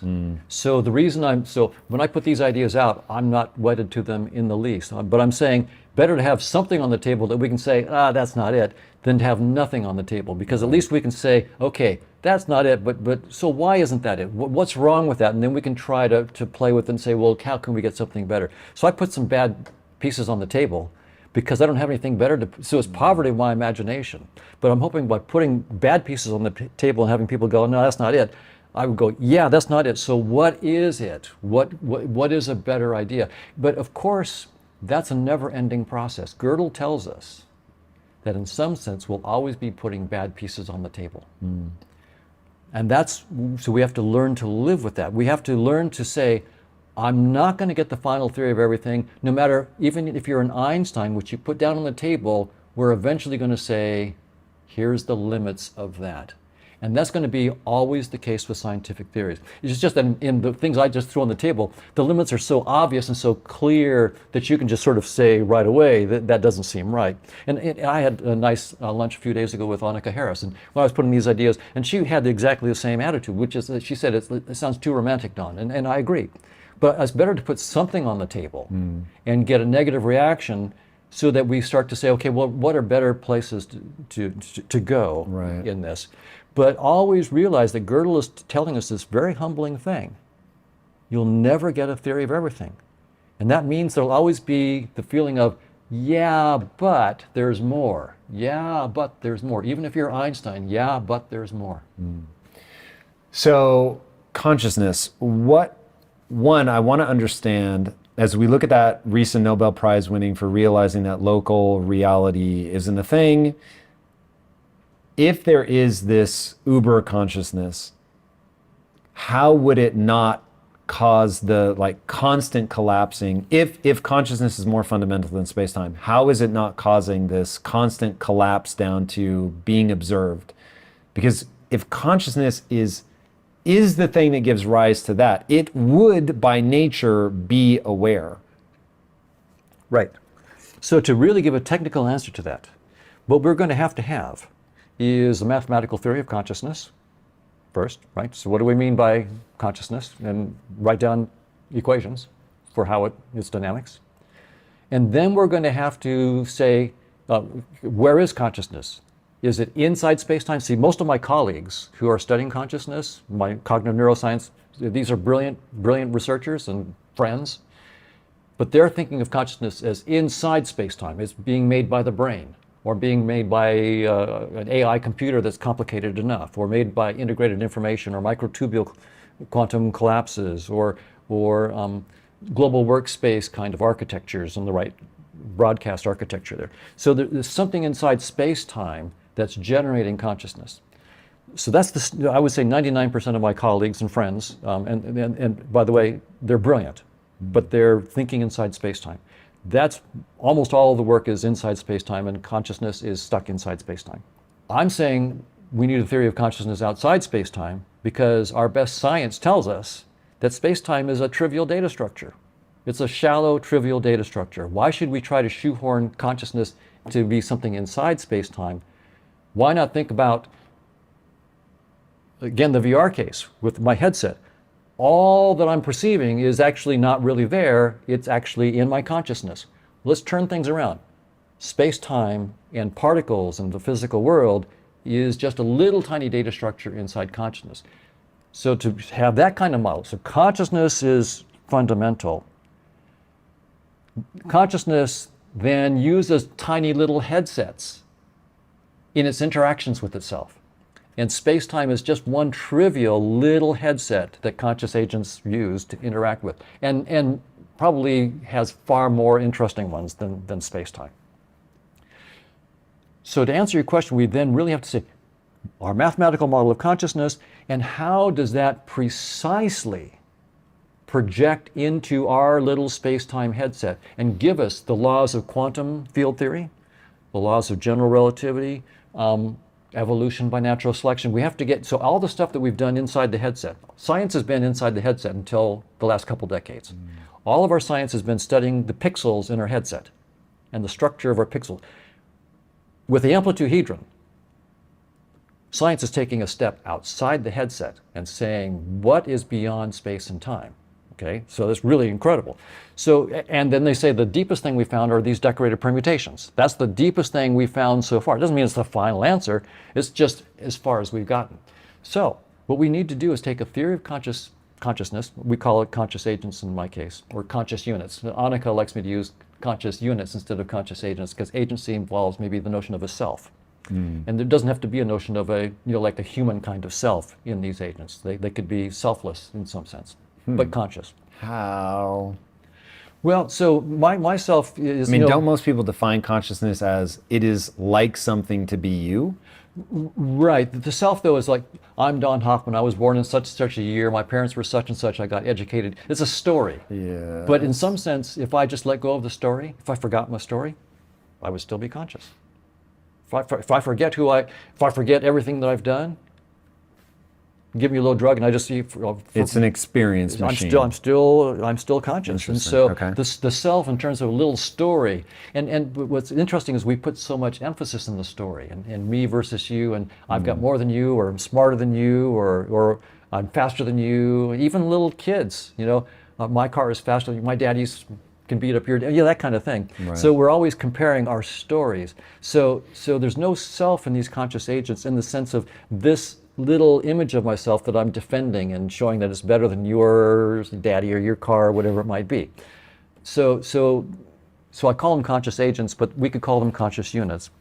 But the key thing is that has to be mathematically precise, even though we understand that our mathematics will always be just our current baby step. But nevertheless, you need to be mathematically precise.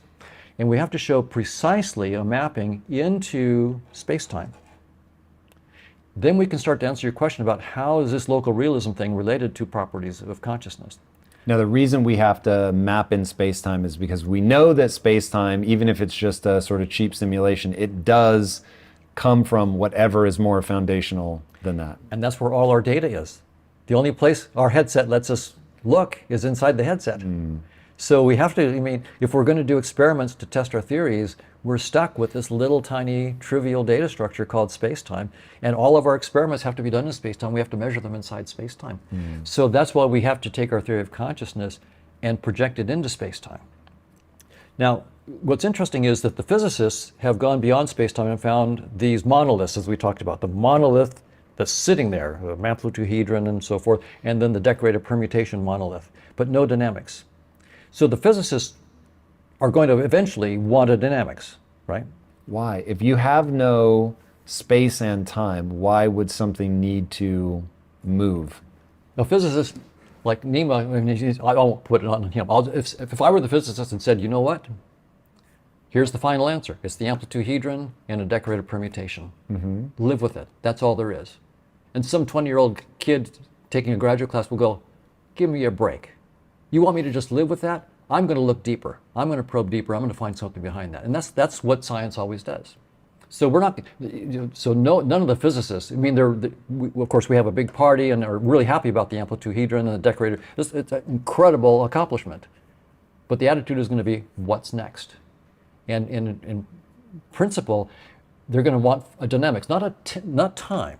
So you can have dynamics without what we call time, as in space-time. So the notion of dynamics or sequence is a far more general notion than just the notion of time as we see it in terms of space-time. So we want a dynamics in that more general sense of something where there are sequences, where it's not just a static object. Because there are things that we see in our headset of space-time that leads us to believe that sequencing must be a part of whatever is fundamental? Well, possibly, yes, that, and possibly because we, I think, would be impatient or unhappy with a theory that just says, God said this object, and that's it. There is this object, live with it. That's the final answer. No scientist would be happy with that. Why did God say that? Why couldn't God said something else? And why did it have to be static? Why couldn't there be some dynamics, not a space-time dynamics, but some kind of something happening? Why can't? So now the answer may be that the geometry is all there is and there is no dynamics. But we're not going to just accept that at face value. We're going to have to be taken there kicking and screaming, right? And made to believe that, because nothing else works. But so that's why I think that the physicists themselves are going to look for dynamics behind the decorated permutations.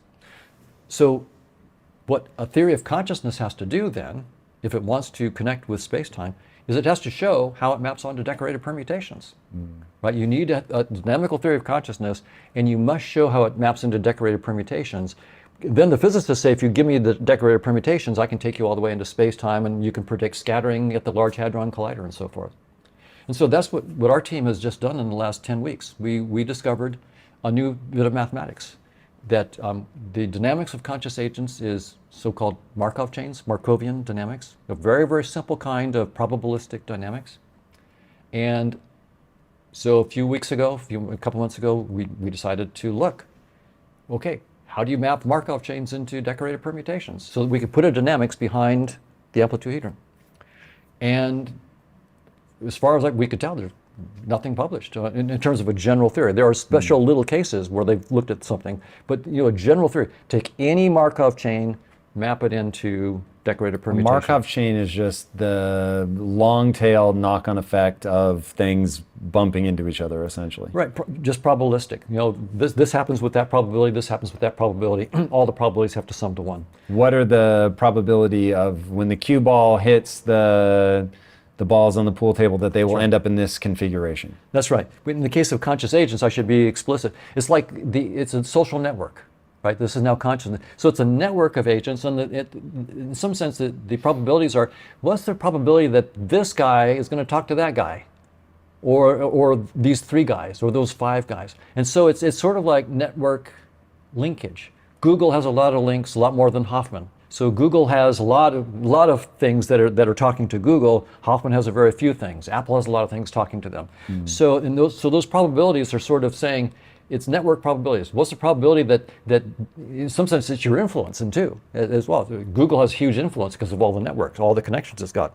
Much more than someone who only has 5 followers, right? Google has millions or hundreds of millions.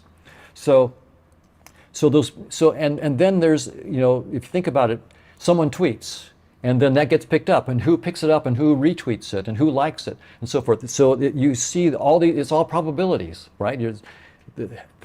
Someone does something, and it ripples through the whole network probabilistically, and you can't know exactly. Even though Tom is a follower of somebody else, doesn't mean that Tom's going to tweet everything. It's what does Tom like? Or maybe Tom just missed that. I mean, he had something else that day.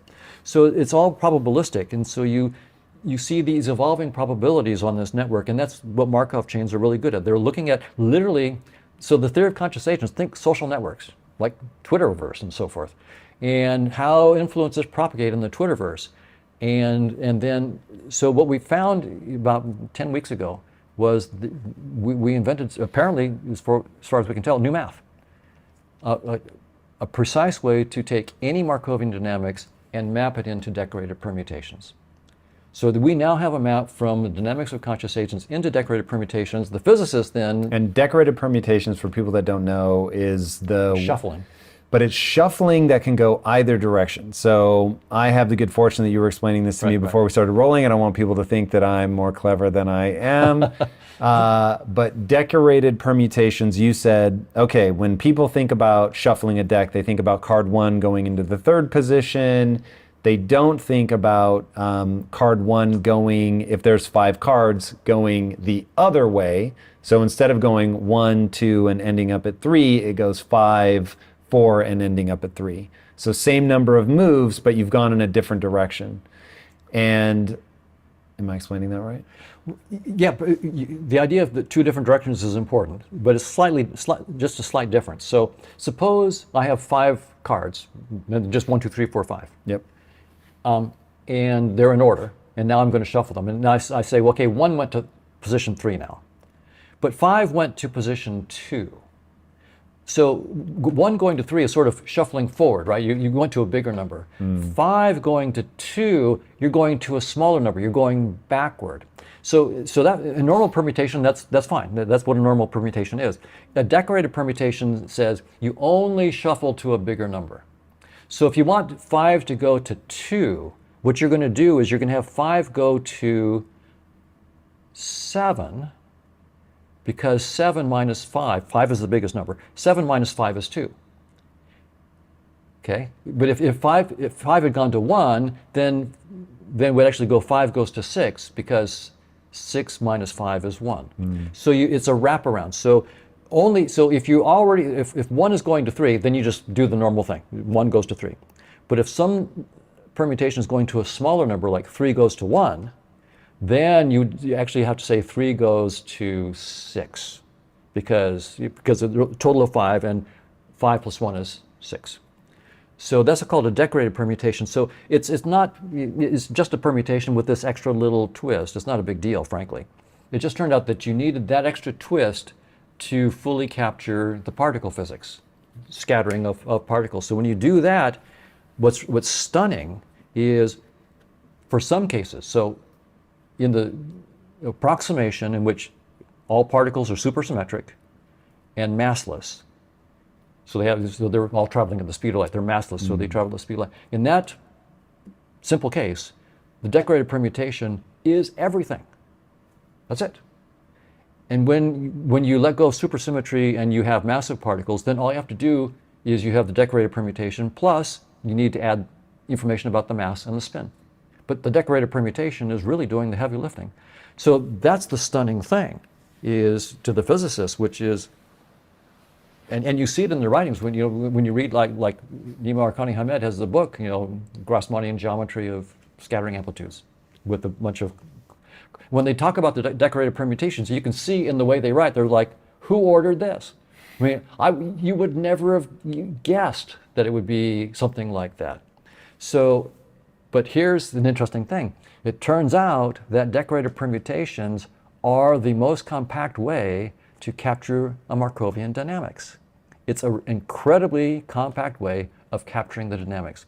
It basically is telling you, what decorated permutations in a dynamical system are telling you is your social network. Who are you connected to? Who are you interacting with? By only shuffling in one direction, you better capture. You better capture that. Like, if you want, I can go into the details. It's so foreign to me. Right. I don't know how much the details, but that's really strange. So that's where we get into the math. Fair enough. I'll accept it as true. Right. We can do the math if you want, but well, it is a little technical. The last time that we did the math, it actually ended up being really fascinating. So let's try it. Let's see how far we get before my brain snaps in half. Okay. So the key thing about these decorated permutations that gives them this extra power is that there's two ways to map to yourself, right? So if you shuffle the cards, but card number one stays number one, then one goes to one, right? But with the decorated permutation, you could say, well, if there were, say, 5 cards, then you could say, well, 1 goes to 1, but also 1 goes to 6 is another way of saying that you stayed yourself, because 6 mod 5 is 1. 6 minus 5 is 1. Yep. So there are so-called What happens if I want to move 5 to position 4? That's really 9, and you said that 7 was the max. So no, so the max would be 10. Okay. Right. Got it. So if you have 5 cards, the maximum number would be 10. For n cards, it's 2n. Right. Understood. So for 5, so if there are 5 cards, 5 could either map to itself 5 to 5, or 5 goes to 10. Yep. Because that would be, so the 1 is called the first decoration of the identity, because it's the identity move, 5 went to 5. And the other is called the second decoration of the identity. And there's another branch of mathematics where they're called loops and co-loops. But anyway, so the way it matters in terms of the physics, now in physics, when you have the first decoration of the identity, it corresponds to what they call a zero-dimensional space. So in some sense, the thing doesn't exist. It's a zero dimension. And when it maps to itself in the second kind of identity, then it's its own one-dimensional space, a separate one-dimensional space. So the reason for the decorated permutation is to capture that distinction between something that is alone in the sense that it's essentially empty versus alone in the sense that it's just a one-dimensional space, a line versus just a zero-dimensional point. You needed to capture those two things.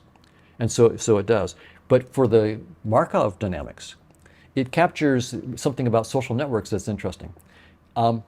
Either I'm alone, I'm the identity, I'm alone because I'm talking to myself, and so I'm only talking to myself, or I'm alone because I'm not even talking to myself. And so the case in which I'm not even talking to myself is the first decoration of the identity, and the one in which I'm only talking to myself and nobody else, that's the second.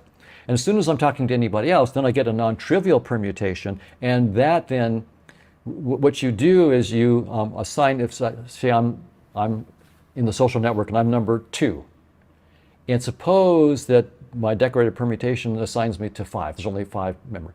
That means that my social network, everybody in my social network is captured between 2 and 5 total. So for example, number 1 is not in my social network. Yep. Right. So what the decorated permutation for a dynamical system is doing is it's capturing, now it could be that, for example, when I go 2 to 5, maybe 4 isn't in my network, but I'm not going to worry about that. I'm just going to say everybody that's in my network is captured between 2 and 5, inclusive of 2 and 5. And when you look at the whole decorated permutation, you'll figure out that 4 wasn't in the social network of 2. You can figure it out from the decorated permutation. So that's why it's a really compact representation of everything. So eventually we may actually use this in social network theory. Our new mathematics of decorated permutations for dynamics may actually end up being a very compact representation of social networks. I haven't even thought about that yet, but that could be. As you were explaining it, I was like, are they going to run this math for predictive models for social networking? Well, it is right now the most compact mathematics that we can use to describe social networks. and the dynamics of social networks, basically the dynamics of who are you actually interacting with. So this is a brand new tool that has never been, as far as I know, used. We invented it. So we have a paper that we're about to submit for publication in 2 or 3 weeks where we present this. And I did give a professional talk at Stanford a month or two ago, where I presented the math. I don't know how people put this shit together. Like, this is so abstract for me. I am clinging on by my fingernails, and I would not want to have to explain decorated permutations to anybody. Right. But that's really interesting. So we're caught in between two things. One, talking about the things that we can predict and how utterly fascinating it is when you can actually map out this is what happens. Right. And then talking about how, oh yeah, everything that you're mapping is totally fake. It's really interesting. But that's one of the things that I've always, I cognitively, I don't have that ability. It doesn't come naturally to me. Me either. Like, I have to loop around this stuff so many times just to get like the real basics. But the idea of being able to understand a system so well that you can predict it, this goes back to what I was saying. My whole thing in life is when you can accurately predict the outcome of your actions, things get very interesting. And so anything, that like gets, as of right now, I can't digest that enough to make it usable in my life, but it hints at this idea of you really can map out, if I do this, this, and this, even as it gets more and more complicated, you really can predict what the outcome is going to be. And the closer that you can get to that, the more effective you will be in your life, especially because so much of what one does in business, it's all human psychology. And so if you have a way, and this really gets into, right now, impact theory is investing hugely into AI. AI in what we're doing in terms of our funnels, AI in terms of what we're doing in the gaming side, and acknowledging that even though you have a wall of data that as a person you can't work your way through, there are patterns in that data that are highly leverageable. And in fact, one of the things, like as you're talking, and I don't think you share my obsession with this, but you might.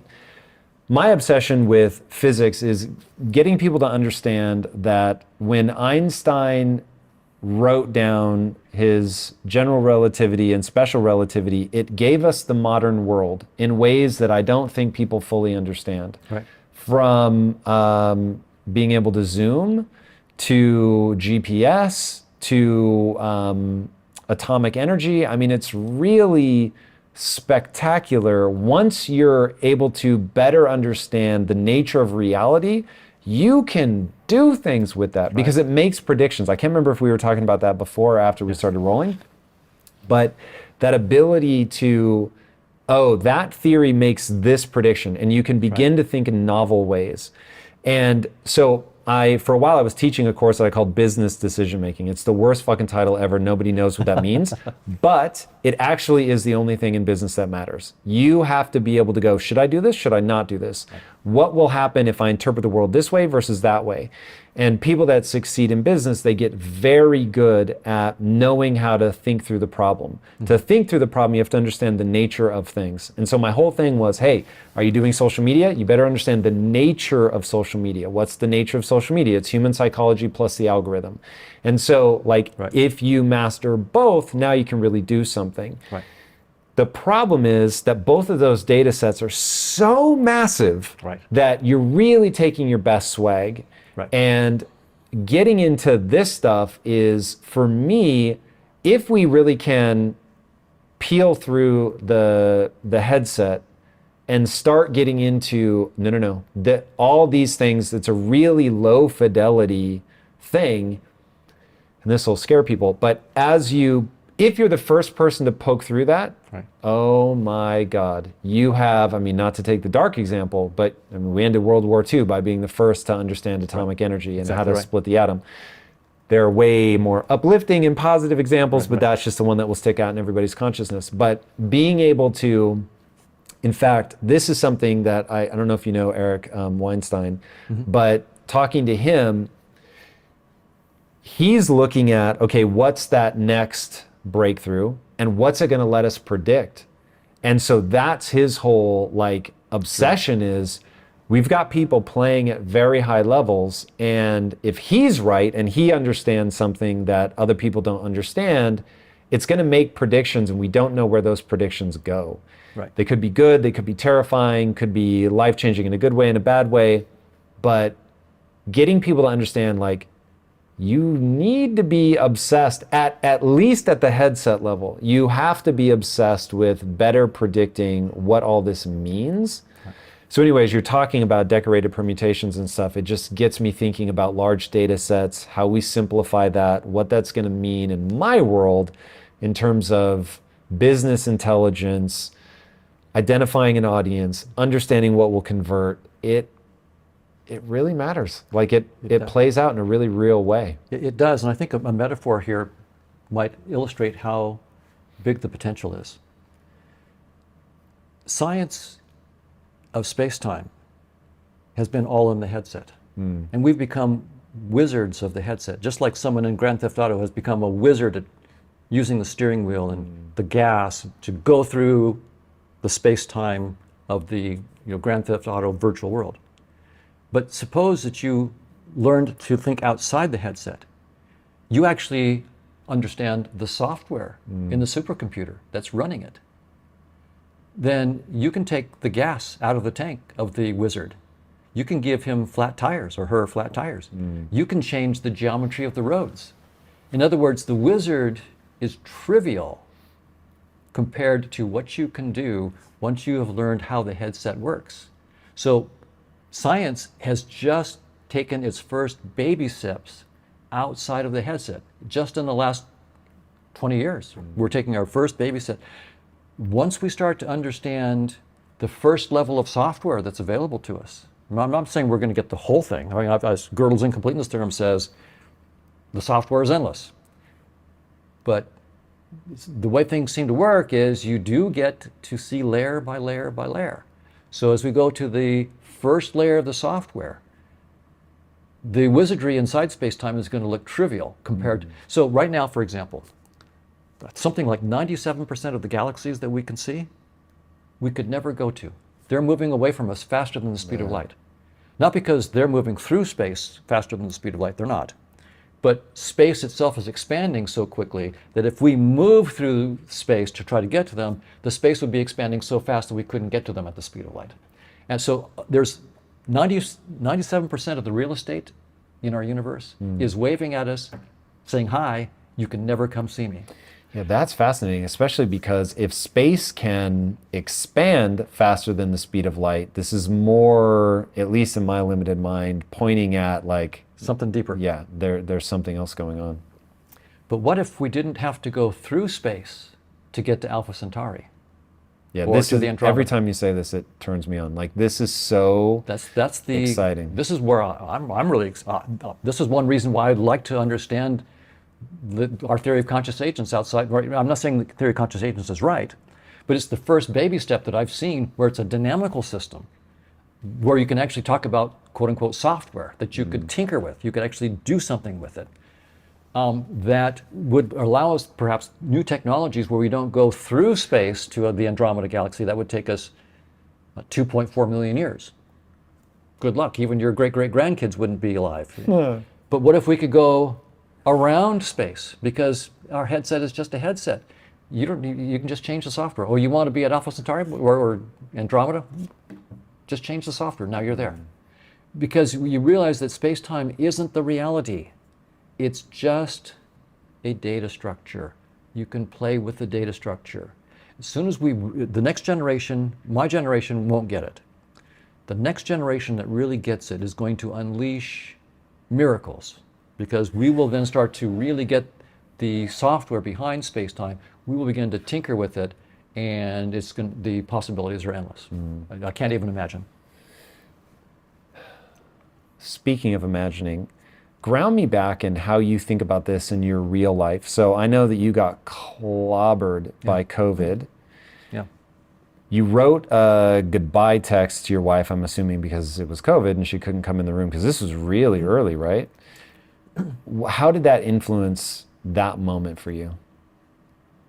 Well, Like, were you just like, oh, it's all a headset. Who cares? Bye, babe. Yeah, I wish I could Peace. say, I'm this really enlightened guy in the science and spirituality, and so I was just really calm, and I wish I could say that, but I was in tremendous pain. My heart had been pounding, the arrhythmia, cardiac arrhythmia, 190 beats per minute, 180 beats per minute for 36 hours. Jesus.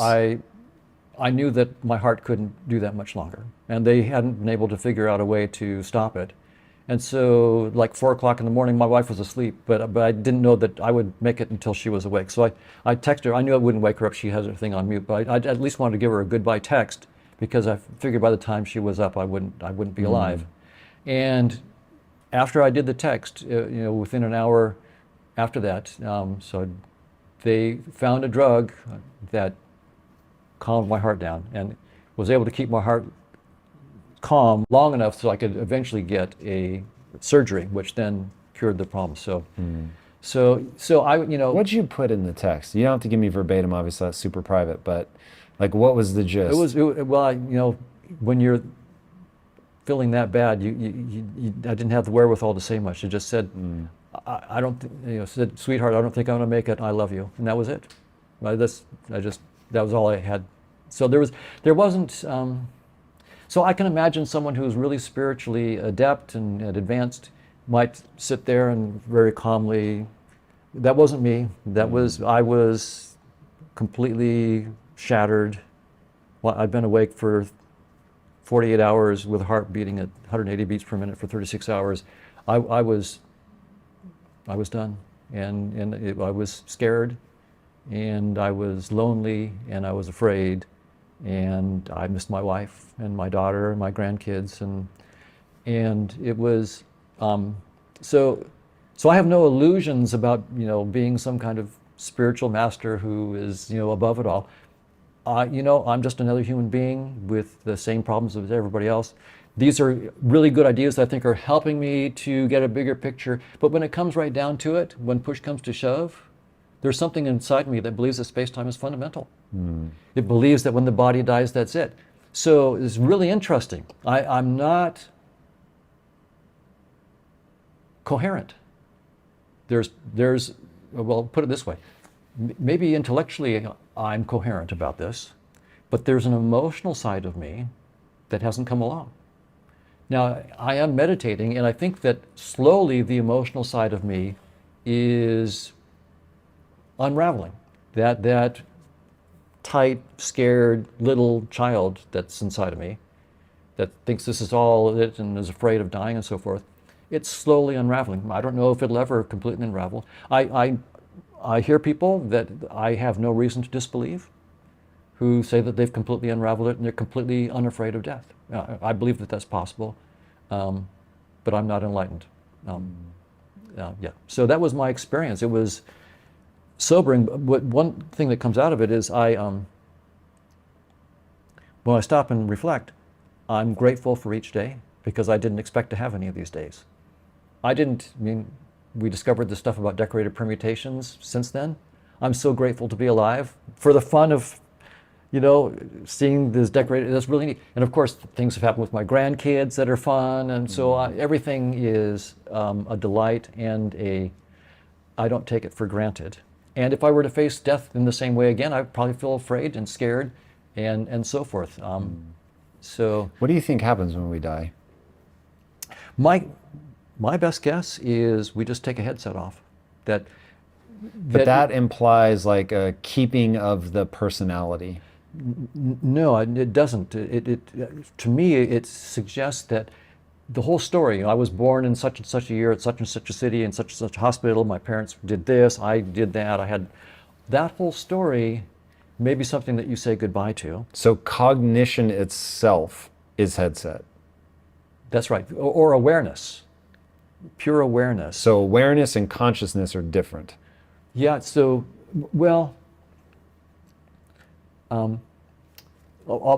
there's a distinction to be made, and I'm not going to be sort of hard-nosed about the particular words, but you could have a specific conscious experience, like the experience of green, but you could, and that would be a kind of conscious experience, that would be a kind of consciousness. But you could also talk about awareness without any content at all. I'm just aware of awareness.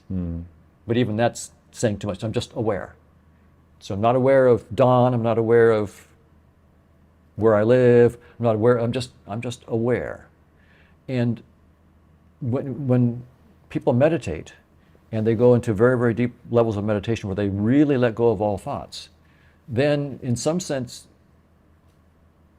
yourself dies. Well, is dead. I mean, there is no dawn. There is no, I did this degree. There is no, I have these, that's gone.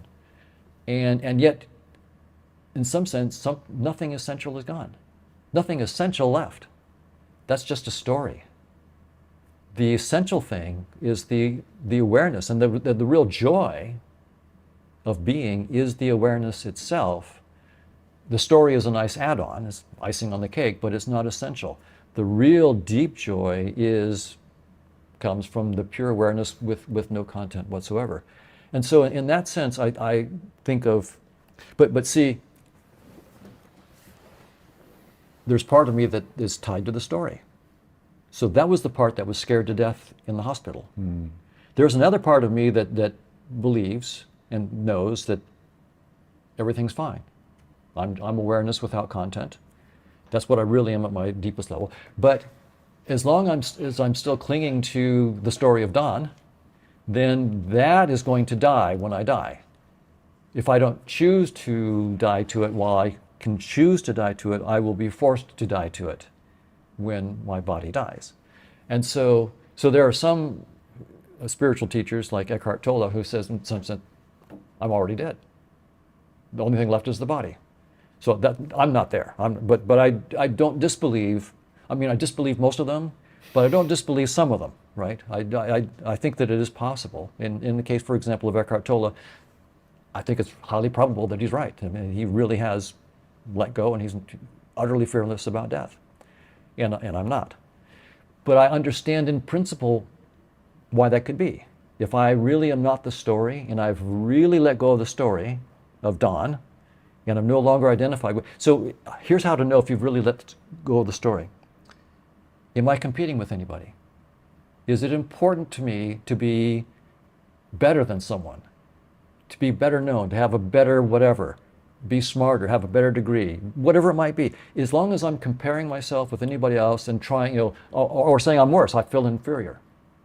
As long as that's going on in me, then I'm tied to my story, and I'll be afraid of death. It's only when I don't care about comparisons anymore that I've really, truly let go. So if someone cuts me off on the road when I'm driving, if I'm upset about that, I'm tied to my story. That means I'm not ready to die. So you can so when you look at the thing, whatever disturbs you tells you, that's the hint, okay? You're still tied to the apron strings, the baby story. I'm Don, I was born here, I'm struggling to be important because I have such a small, I'm such this small little thing. I'm a little guy inside space-time. I believe that the avatar of me in this headset is everything that I am. I'm clinging to my avatar, and as long as I'm clinging to it, the possibility of losing that avatar is terrifying. So I'm there. I'm not enlightened. I understand this intellectually. There's something emotional that has to be brought along. It has to be healed or something like that. It's got to be brought along. So, but this it's all a good intellectual story for me, and I'm meditating to have it become a true personal story. But what it ends up being is that even you think about, even your body is just an icon. It's not who you are. If what we're saying is right, space-time is doomed. If the physicists are right, space-time is doomed. Evolution is right. This is just a headset. This is just an avatar. Then I don't even have brains right now. If you look, you'll render brains. But right now I have no brains because they're not being rendered. So neural activity causes none of my behavior. Brains cause none of our behavior. And yet we need to study neuroscience. We need more money for neuroscience because that's the part of our interface that is most informative about the software behind space-time. So if we want to understand the software behind space-time, we're going to have to study the complex thing that we call the brain, which is just the projection of this deeper software. That is the best projection that we've got. So neuroscience is far more complicated than we're thinking right now. We see neurons, we think there are neurons. No, no, no, no. We see neurons, that's a pointer to a realm far more complicated, probably infinitely more complicated, but fortunately we can look at it in steps. So we need more for neurons. So I don't have any brains, but we need to study brains, because when we render brains in our headset, that's the most information we're going to have in our headset about the software behind space-time. So, but still, emotionally, we're tied to it. I'm tied to it. And we're wired up to this way. So Piaget, a very famous child psychologist, had talked about what he called object permanence. He said that we're wired to, at a certain stage of our life, believe that this object exists and will continue to exist even if no one looks. Object permanence. And he had the example of 18-month-old baby, a 17-month-old baby. You take a doll, put it behind a pillow, and the baby acts as though the doll no longer exists. But at a certain age, you put the baby, the doll behind the pillow, now the baby will crawl over and try to get it. Okay, right. So now it's got object permanence. So later studies showed that it came much earlier than Piaget thought, maybe even 3 or 4 months. So why is it that I have a hard time thinking of my body as an avatar, as opposed to a real object that exists? Why am I having a hard? Well, it's because I didn't choose to believe that. I was wired up to believe that before I even had reason. So when we believe very, very strongly that these things exist, it's not because we came to a rational conclusion about that. Oh yeah, I thought it through and I know. No, no, no. You believed that when you were 4 months old. That's why you believe it. And it's no deeper than that. We've just never challenged it. That's the glory of science. It goes back, it can challenge things that we believed since we were 3 months old, and it can show us that we were wrong. That's the power of science. And then the power of science is also to tell us the limits of science. Because what science tells us, with Gödel's incompleteness theorem, is there is no theory of everything.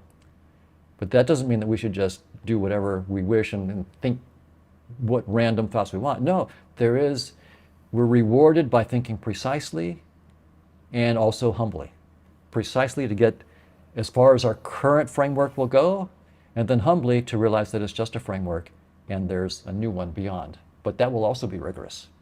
And that will also be rigorous. So it's not going into just whatever you want. It's not like a postmodernist kind of. And again, I don't want to give a wrong impression. I think there's a lot of interesting people that have done really brilliant work in postmodernism. But I'll put it this way, the gist of it that some people get, that do whatever you want, it doesn't matter, logic doesn't really require, I think that's just plain wrong. I really like reason because it tells the limits of itself. So I love that. Where can people follow you? I have a Twitter, Donald D. Hoffman, so DONALD DHOFFMAN. That's my Twitter handle, and I usually, every time I have a talk, I'll post a link to it, a new paper, I'll post a link, or a new article that I think is really interesting on this stuff, I'll post a link. Yeah. It's a great feed. I've definitely enjoyed it. Oh, you have? Great. For sure. And speaking of things you guys will enjoy, if you haven't already, be sure to subscribe. And until next time, my friends, be legendary. Take care. Peace. If you want to 10x your productivity, click right here to learn how to have near infinite energy. I am here with Todd Herman. Tom, it's the Tom and Todd show today. It is indeed. It is indeed. Welcome, man. Yeah, great to be here. Finally, this is amazing. I'm super excited to have you.